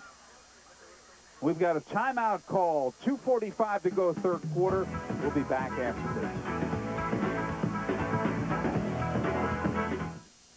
Do you think all car dealers are the same? Then listen to what people are saying about Adams Auto Sales. I went to Adams Auto Sales because I had known Brian for several years and knew him to be honest and fair, and knew he would be honest and fair with me. And I wanted to buy a car from somebody I knew I could trust. Isn't it time for you to get a great car at a fair price? Then visit Brian Adams at Adams Auto Sales at the corner of Apperson and Markland Avenues in Kokomo. This is why we do it. Why at Edward Jones we help you find solutions for reducing your taxes, increasing your income, and planning for retirement. We're in your neighborhood with personal service you can't find anywhere else. Edward Jones, helping you make the most of your investments so you can make the most of your retirement. In Tipton, see Roger Hare at 112 North Main Street. Meeting your financial needs has always been our goal at Steel Parts Credit Union. Now, to better serve you, we've added ATM service within Carter's Supermarket in Tipton. You will have 7-day, 24-hour accessibility to your money at a secure location and no surcharge. Since 1953, Steel Parts Credit Union has offered a full line of financial services. Call today to find out more about joining the Steel Parts Credit Union. If you're thinking of pursuing the American dream, call Bob Richardson Builders. For over 25 years, Bob has been building custom, handcrafted homes in Kokomo and the surrounding area. Rich, elegant homes constructed of the highest quality materials.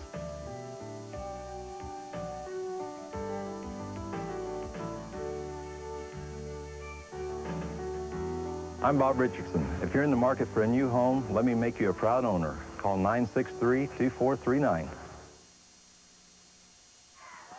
The Op Shop of Kokomo invites you to their annual Christmas open house Monday, November 17th through Saturday, November 22nd. 20% off in-stock gift items, including angels, paperweights, and sun catchers. The Op Shop, 1310 South Market in Kokomo, or call 457-1829. Tony Shirley, the new owner of the Radio Shack in Tipton, invites you to visit the store's new location at Carter's Mall next to the license branch. 4th down and 5. Josh Whaley in punt formation, and he kicks it. It is taken by Krauser, running laterally, and pushed out of bounds at the far sideline. Jason Shue made the hit. I'd like to tell you a little bit more about Tony Shirley, the new owner of the Radio Shack in Tipton. They offer a full line of Radio Shack products, including Sprint telephone services, Prime Star, DSS satellite systems, and radio-controlled toys. They also sell and repair computers stop in and visit the new Radio Shack location soon here in Tipton. Okay, John Fox, there's a look at the Northwestern defense. The Blue Devils get their hands on the ball again. 2:34 left to go in the third quarter. There's Matt McClard, the Tipton quarterback, number 2, a junior. Good pass protection on first down. Throws on the run, incomplete, almost intercepted. His tight end, John Fowler, was the intended receiver, and Jason Braden almost intercepted at number 34. Well, the guy making the hit for Tipton was Shane Shepard. Excuse me, it was Jeremy Wallace who made the hit on the quarterback for Tipton. And Wallace, with that hit, as McClard just let go of it. Okay, there's McClard going back to pass. And you see at the end of the play, number 53 for Northwestern making the play. That was number 53, Jeremy Wallace. 2nd and 10. Pitch out to Durham. And Brett Durham with a substantial gain, good enough for a first down. The Blue Devils, even though they're trailing by 7, have had more success on the ground, and they may have to go in that direction. All right, now, Northwestern's doing a good job of applying pressure to McClard. That play before last, they put a lot of pressure on him, and, you know, even though he's getting a guy coming in from the blind side, I'm sure he can hear those footsteps. Well, there's no question. Northwestern defense digging in. First down. They hand the ball off to Montgomery. He doesn't go too far. Josh Whaley made the stop. Well, Tipton would like to keep a good sustained drive going here, Howard. That's something they've not been able to do for the most part tonight. When they have scored, the first time that they scored, they relied actually on a big play, and then the big reception by Toll set up the other score. McClard to throw, setting up a screen. Incomplete. He threw it right past Andy Toll. Not a good pass. Well, Toll was in traffic that time, and I saw him kind of look up at the defense of Northwestern, and just enough to take his eye off the ball, Howard. The ball was right there. Brett Durham has rushed the ball 12 times for 85 yards. There's a look at the Northwestern defense. Wow, Matt McClard, 2 for 16, a total of 62 yards. He is really having a tough night throwing the football. And now he's faced with a 3rd and 9. His team trailing by 7. They put it on the ground. Pitch out to Montgomery. And Jason Braden makes the tackle. 1:25 to go in the third quarter. Sherwood Haydock feels he has one of the best secondaries in the state. And his team has risen to the occasion this evening. They've done a good job on pass coverage, and McClard's looked off 2 or 3 different receivers at times. Brett Durham's punt. Takes a good Blue Devil bounce. And will be down by Jason McCartney. We'll pause for these words.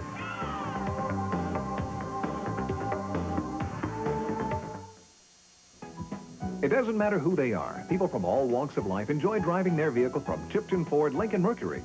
Maybe it's because they like the quality of a Ford, Lincoln, or Mercury. It might be because of the quality service they get from Tipton Ford. Or above all, it's probably the fact that when they bought from Tipton Ford, they worked on a personal basis without sales pressure to get the vehicle they needed. Hi, I'm John Milan, inviting you to Tipton Ford, Lincoln, Mercury. We're not the largest dealership in the area, but we believe we're the best. Losing a loved one is never easy. Many arrangements and difficult decisions must be made. The staff of Young Nichols Funeral Home will go the extra mile to make you feel welcome and answer all your questions. Young Nichols has over 100 years of experience to help you with decisions on flowers, obituary notices, burial suits or dresses, cremation urns, vaults, or one of their 23 different types of caskets. They can also handle any other arrangements you may need, giving you peace of mind. Young Nichols Funeral Home, serving the needs of families since 1852. Gordo's Taco Shop for truly authentic Mexican food in the Kokomo area. tacos, burritos, enchiladas, tostadas, rolled tacos, a unique creation called botanas, and the one and only El Gordo Burrito. Take the El Gordo challenge. Come in and enjoy Mexican food prepared the way it should be. Let us serve you in our cheerful family atmosphere. Gordo's Taco Shop. At Gordo's, we're replacing the old image of overpriced, spicy, and greasy food with our lean, flavorful meats and inexpensive prices.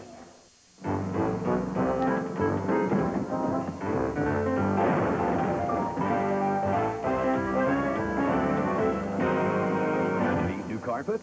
Then now's the time to come in for terrific savings on DuPont Stainmaster Carpet. And for a chance to win a Hawaiian vacation.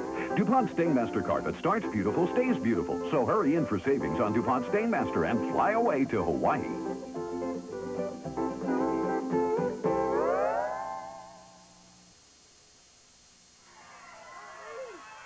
Okay, play back in. Northwestern ball. Ewing hands off to Cardwell. And tackled near the far sideline. He did not get out of bounds. And the hit made by Tipton's Brad Smith. Maybe time for one more play here in this third quarter, but our guys for TV40 done another outstanding job. Our crew tonight, director and birthday boy Dave West, who turns a big 3-0 tonight, along with audio from Greg Kokenauer, our graphics from Amanda Duncan. Our cameras are Ward Lauer, Alan Warner, Eric Horst, and Greg Alexander, and engineer and replay by Rick Martin. They've done an outstanding job. Tim Borff is always on our stats. They certainly have, but you said Greg Bell turned 30. That's not what his wife told me. I think she said he's older than that. What? Dave West. You said Dave West turned 30. I said Dave West turned 30. Dave West turns 30. I think his wife said he's older than that. Oh, okay. Okay. Whom did I say? You said Greg Bell. Dennis Casey told me something about Greg Bell a moment ago. Of course, he's up in the press box doing a game for WIOU of Kokomo. He follows the Northwestern Tigers, and always like to see Greg on hand. He'll take 30 anytime. That's the end of the third quarter with a score after 3 on the IBP scoreboard. Northwestern 23, Tipton 16. We'll be right back.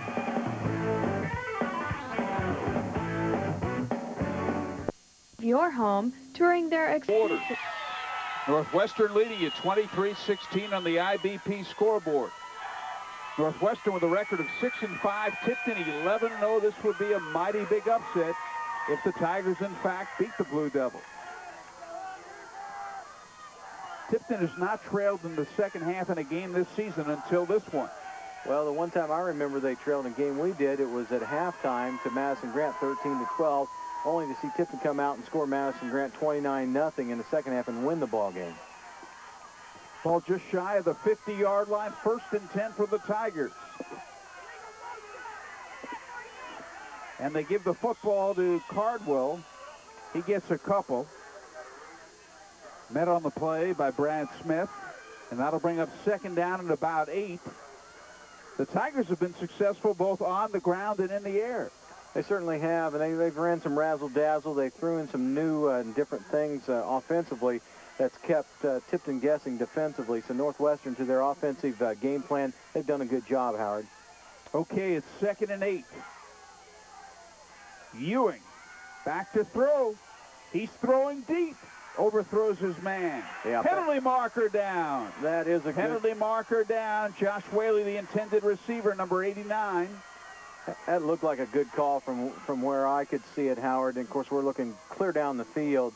Maybe we can take a look here and see the pass interference call is going to go against the Tipton Blue Devils. But if we see the play, again, you could see that Whaley was actually bumped before the ball got there.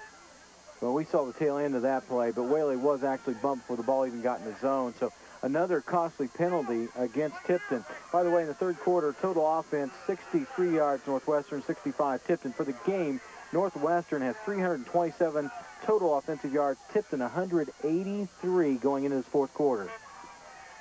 Dwayne Ewing, the quarterback. 1st and 10. They put it on the ground, and they go nowhere that time.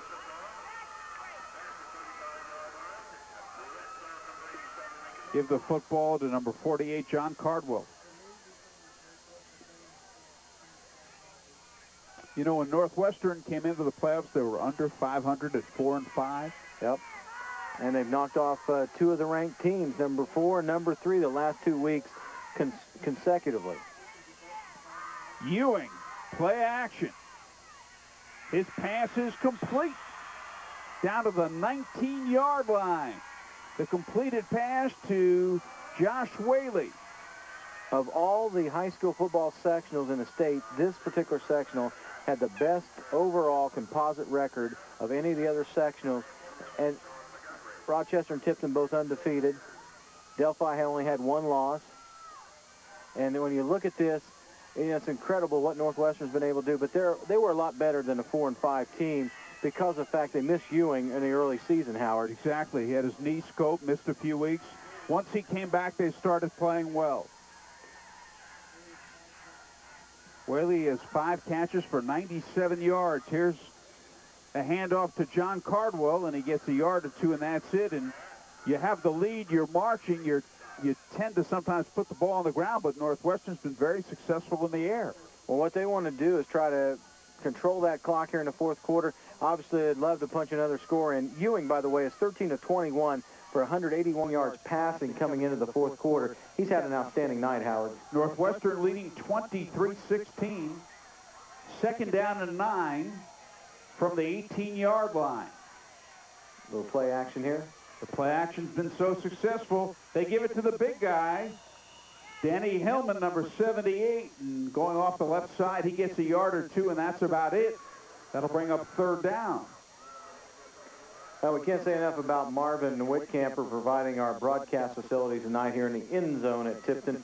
And we saw it early in the ball game. We're located down here in the south end zone over on the southwest corner. And Ewing barking him out. 3rd down and long. Play action. Pass is complete to Shepard.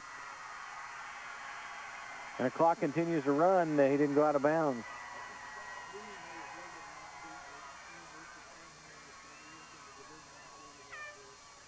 Clock running. 8:30 to go Well, in the game.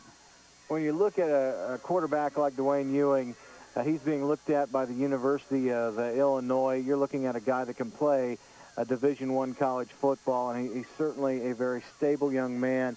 He's a kid that is very, very savvy out there, and he knows when to throw the football and when to eat it, and he doesn't pressure or force too many things. Boy, that Northwestern cheering section very excited. A 1st down for the Tigers.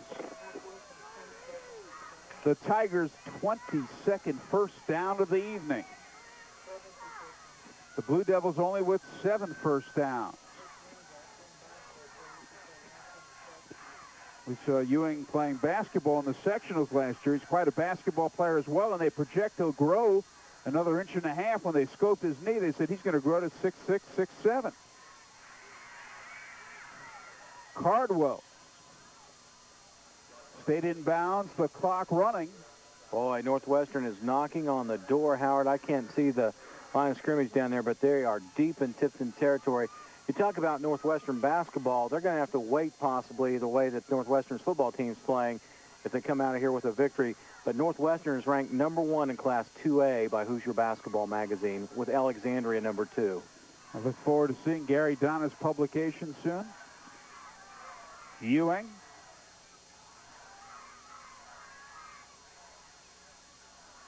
Hands off to Hillman.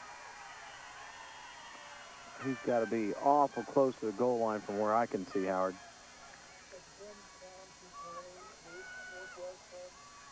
.7:20 to go in the game, clock running. There's Danny Hillman. Well, if Northwestern keeps on winning and Jimtown keeps on winning, or Tipton, either one, if Tipton can come back here, they could conceivably meet in the semi-state in a couple weeks. And we'll do a semi-state game in a couple of weeks, 2 weeks from tonight. Ewing fakes the handoff.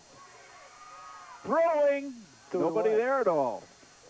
Smart play by Ewing. I was talking about his composure. We had a chance to see it there. He did not force the issue. He could have forced it, maybe turned it over with an interception. He just threw it away, Howard. All right, John, it's 4th and 4. Now, 3 points would be mighty big here. What are you going to do? The Tigers want to talk it over. That's what they want to do. 6:51 to go on the IBP scoreboard. There's your score. The Tigers by 7. We'll be right back.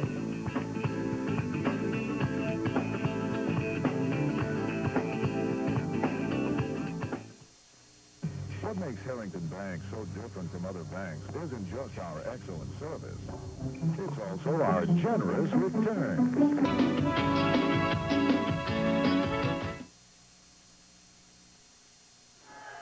All right, it's 4th down and 4.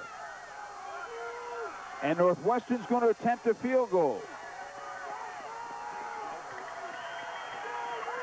Joe Hunt into kick.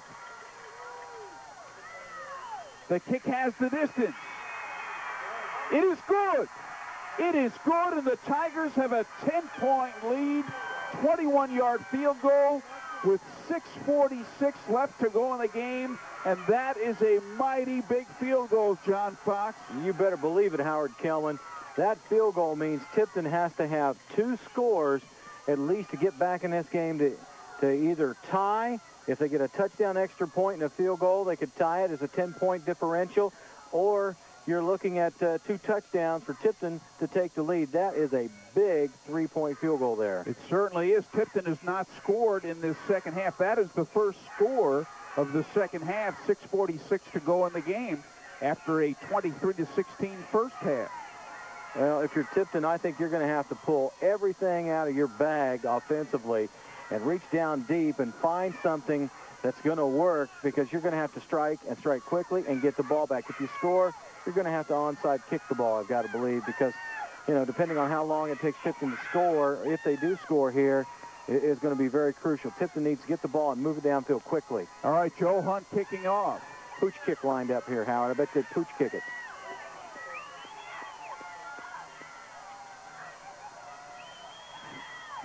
Hunt will be kicking off. That Liner, look at this English on that football. He's down. Sean Montgomery went down on the knee. Well, you talk about some English.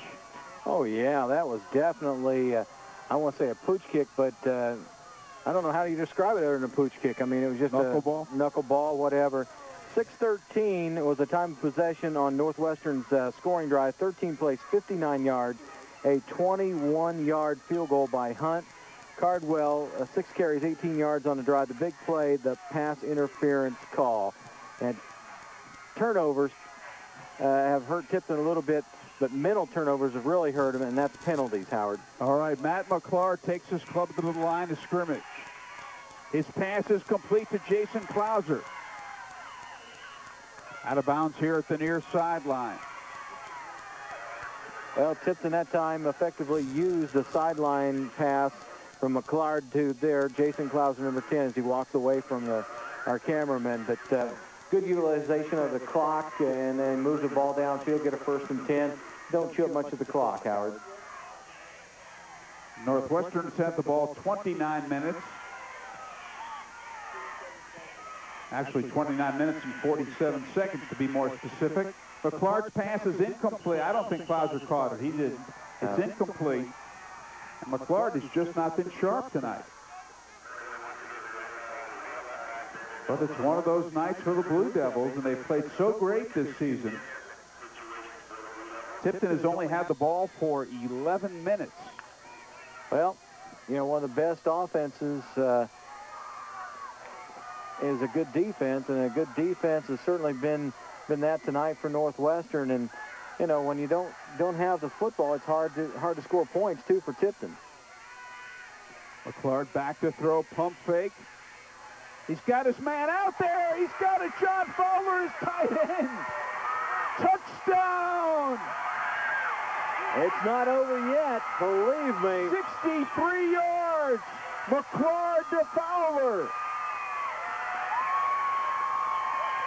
McClard threaded a needle to John Fowler, hit him in full stride, and the defender for Northwestern was going for the deflection or interception. We'll look at this replay, and you'll see conclusively that McClard had plenty of time to pass the football. And the pump fakes once, twice. Finally, Braden gets into him, but it's too late. And downfield, the defender went for the deflection, and he missed. And he paid the price when he missed. A 63-yard touchdown from McClard to John Fowler. It looked like Josh Whaley, John. I wasn't sure. It looked like 89 Whaley who had the shot at that. Marvin Moss for the extra point. It is good. We have got quite a football game. 6:16 to go. The score, Northwestern 26, Tipton 23. What a football game between these two teams. Tipton's first score of the second half. Well, let's take a look at, there's Fowler on the sidelines being congratulated. And don't forget, University of Indianapolis Television Network basketball, the Coca-Cola Classic, Armstrong Atlantic University against University of Indianapolis Greyhounds on November 14th at 10:30 p.m. Then we'll be back on November 21st with high school football semi-state action. Don't forget, on Saturday night, November 15th, we'll also have the championship game of that Coca-Cola Classic at midnight. What a game this has been. The Blue Devils, who hadn't done much at all in the second half, come up with a big play. That was definitely a big play because Northwestern, if he is able to get a hand on it, you say it was Whaley, if he's able to get a hand on it and deflect it away, Tipton's still trying to get something going, but sometimes it's a game of inches, and this time the pass was just high enough to elude the defender and get into Fowler's hands. Jason Clark's kick is fumbled, stays in bounds. That's Whaley. And Northwestern will start. No, it looks like Chris Groom. No, I had it right the first time. It is Whaley, 89. Well, if you look at a motion, Tipton has it on their sideline. If you look at body language of the players out on the field right now, Northwestern's kind of got that tail tucked between their legs, and Tipton's playing Big Mo, I think, is starting to shift here a little bit. 1st and 10 for Northwestern. Whaley is 89, Groom is 99. 6 minutes and 12 seconds left to go in the game. Dwayne Ewing, the quarterback. Hands off on first down to Cardwell. Going to the right side, he stayed in bounds. The Tigers would love to pick up a first down, gain some yardage, and more importantly, eat some clock. Well, they obviously want that clock to become their ally. A couple of first downs by Northwestern here, and it's going to make it a little bit tougher and a little more difficult for the Tipton Blue Devils. Obviously, they want to try to get them 3 downs and punt here. 2nd and 6, a gain of 4 on the last play. 5:35 to go, clock running. Northwestern ball and the Tigers lead by 3. Ewing, play action's been so successful, it works again. The receiver is Brad Shepard. I think they got a first down too, Howard, from the way it looks. You're right, Bryce Silvey and Andy Toll to make the tackle. Brad Shepard makes the reception, and they've been so successful in the air tonight. They certainly have. That last scoring drive was only 28 seconds time of possession for Tipton. 3 plays, 77 yards, a big one, a 63-yard touchdown pass from junior quarterback Matt McClard to John Fowler. McClard, 419, 139 yards. 1st and 10 for the Tigers. Cardwell is met, stayed in bounds,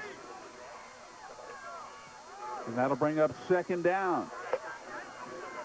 Brad Shepard, that reception a moment ago, was his 9th of the game for a total of 88 yards. They've done a good job, Northwestern has, of sharing the wealth between Shepard and Groom and also Whaley passing the football. Clock running. We're at the 4.5-minute mark. 2nd and 5. Ewing gives it to Cardwell. 1st down and more. Boy, that was a mighty big first down there, Howard. They're grinding it out.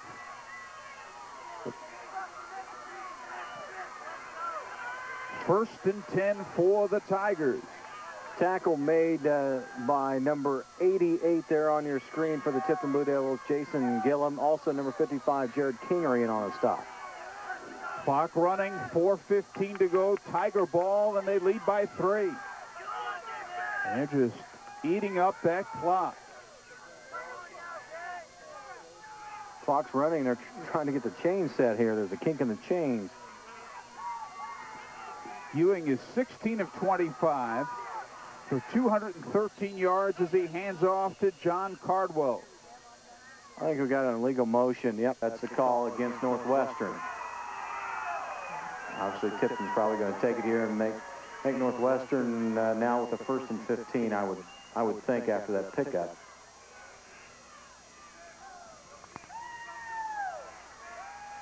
There it is, illegal motion against the Tigers. Cost them 5, but the down remains the same. And the clock, John, is down to 3:54. Another first down, and things really look good for Northwestern, barring a turnover. That's what Tipton needs right now, some kind of turnover, something to go their way. 1st and 15. Whaley in motion. The handoff to Whaley. He stayed in bounds.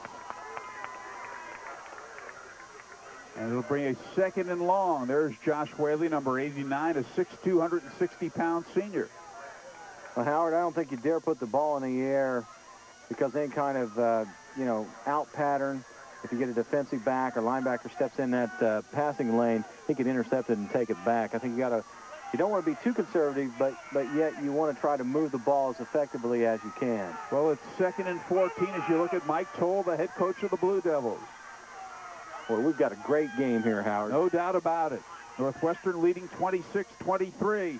The rush is on. Ewing to throw. Good protection. He's got his man again. First down, too. And again, it's Brad Shepard, his 10th reception of the game. Northwestern has just been unbelievable in the air. Tipton can't stop him. Let's take a look at a replay. This play goes because of the offensive line. Look at that offensive line block. There is no one anywhere near the quarterback, Ewing, for Northwestern. Perfect pass, allowing the receiver time to finally get open.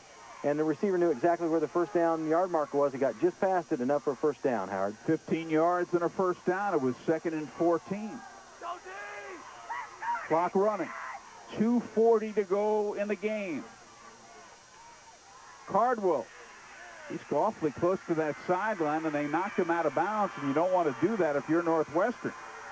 But a substantial gain. Another first down, I believe. I think he got past the yard marker before he got knocked down. 125 yards on 25 carries for Cardwell, and he's just done an excellent job. But give a lot of credit to that offensive line. They've done a great job pass blocking, first of all, for Ewing, but then opening up the holes for Cardwell. Northwestern has picked up 26 first downs. There's the measurement. He is just shy of the first down, I believe. Boy, I tell you, he was awful close to that yard marker when he got driven out of bounds. We're talking less than a foot. 2nd down, less than a yard. Clock is stopped, 2:33 to go in the game. Ball at the 35-yard line.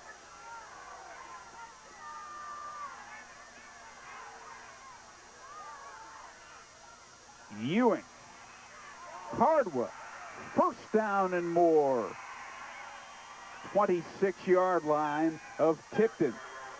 You're at a point now with 2:26 to go. They'll adjust the chains. The clock will start again. I think you got to start looking at trying to cause the turnover, trying to make something happen if you're Tipton. But you've also got to be mentally alert to the fact if you start poking for the ball and you don't get the tackle, he could break a long one.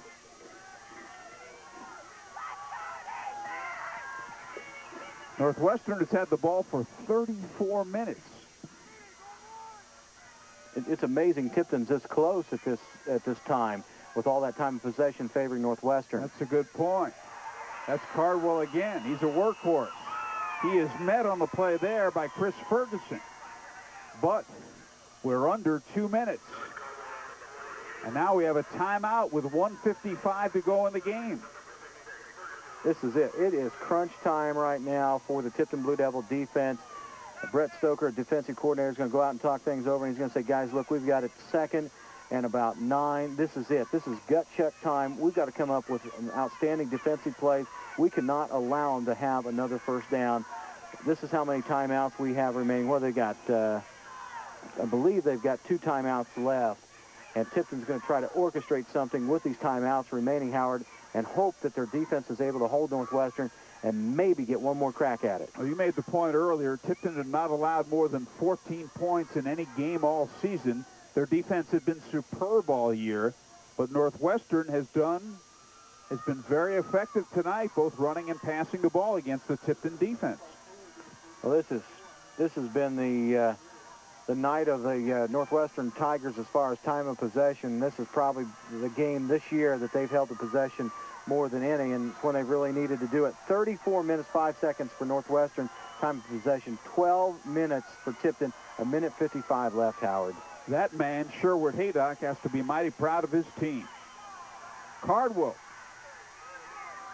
He stayed in bounds, and Jason Clauser made the stop. Well, you know that Northwestern down on the Tipton side of the field, they're going to run it all 4 plays here, Howard. They got to make sure they stay in bounds as well. Clock running. 1:35 to go. Here's a big play. 3rd and 7. Northwestern's got 20 seconds left on the play clock, so they're going to milk this for as much as they possibly can here, Howard. Absolutely. There's Dwayne Ewing. What a game he has played. He's back to pass on 3rd and 7. It is incomplete. More importantly, it stops the clock, brings up a 4th down and 7. I think if you're Northwestern, you want to run the football at that point, not throw the football, because you throw it, it's incomplete. It stops the clock. Chris Groom is the intended receiver. Well, John, I think that Haydock felt his team had been so effective passing the ball, he wanted to pick up the 1st down. Well, there's 2 ways to look at it. There's no question about it. That's true. But what you want to try to do is milk the clock and try to take those timeouts away from Tipton. Tipton, I believe, still has a couple left with 1:08 to go here. 4th and 7. Shepard in motion. Fake handoff. Ewing to Shepard. He's got it. But he is stopped shy of the 1st down. Yeah, he slipped down. What happened was he slipped down with 1:01. Now you put that last play on 3rd down underneath the microscope. We'll take a look before we go to the next play. A look at the replay of this one on the reception. The fake handoff and the play action by Ewing rolls to his left and goes back right to the man out of the backfield. That is Shepard. He catches the ball, and Shepard just slips down about a yard shy of the 1st down. Tipton, 1:01 remaining, Howard. One last chance for Matt McClard and the Blue Devils. McClard back to throw. Throwing deep. It is going to be penalty marker down. I think it'll be offensive interference probably on Andy Toll. It's intercepted. The pass is intercepted by Jason Shue. Let's check out the penalty marker, though. Boy. I think it might be on Toll, though. Let's take a look, if we can, at these officials. They're discussing things over, trying to get a offensive. It's on Northwestern. Oh, they breathe new life here, Howard. Let's take a look at a replay. This is a real interesting call. Here's McClard back to pass. Let's see if we can pick Toll up here in the picture. And right there, if anything, it is the offensive man hitting the defensive man who makes the interception. Shue has the interception. But anyway, Tipton survives with that with that defensive pass interference call. So the offense still out there with 54 seconds remaining. 54 seconds to go. 1st down for the Blue Devils. McClard back to pass. He's got his man, but he stays in bounds. Matt King makes the reception. Clock running. We're down to 35 seconds. There's Marvin Moss, but they're a long way away from that. McClard intercepted that time. No penalty markers down. Boy, a tough way for Tipton to end the season here, Howard, after going 11-0. Cardwell makes the interception. All he's done on offense, John, he intercepts the pass as well. Let's take a look at John Cardwell, who steps in the zone and intercepts the pass from Matt McClard. Cardwell coming in right there, makes the interception, and that should just about do it. All Northwestern has to do is drop on the football, and they knocked off the number 4 team in the first round of playoffs, the number 3 team in the second week, and now here in the third week, they're knocking off the number 2 team. And if they stay alive and Jimtown stays alive, Northwestern might have the chance to knock off the number 1 team. 4-3-2-1 maybe. And that is, speaking of 3-2-1, you can count the clock down. 12 seconds to go, and the Northwestern Tigers, coming into the game 6-5, have upset previously unbeaten Tipton. The Blue Devils were 11-0. That's it. The game is over. What a shocker here at Tipton High School. There's your final on the IBP scoreboard. Northwestern 26, Tipton 23. We'll be right back.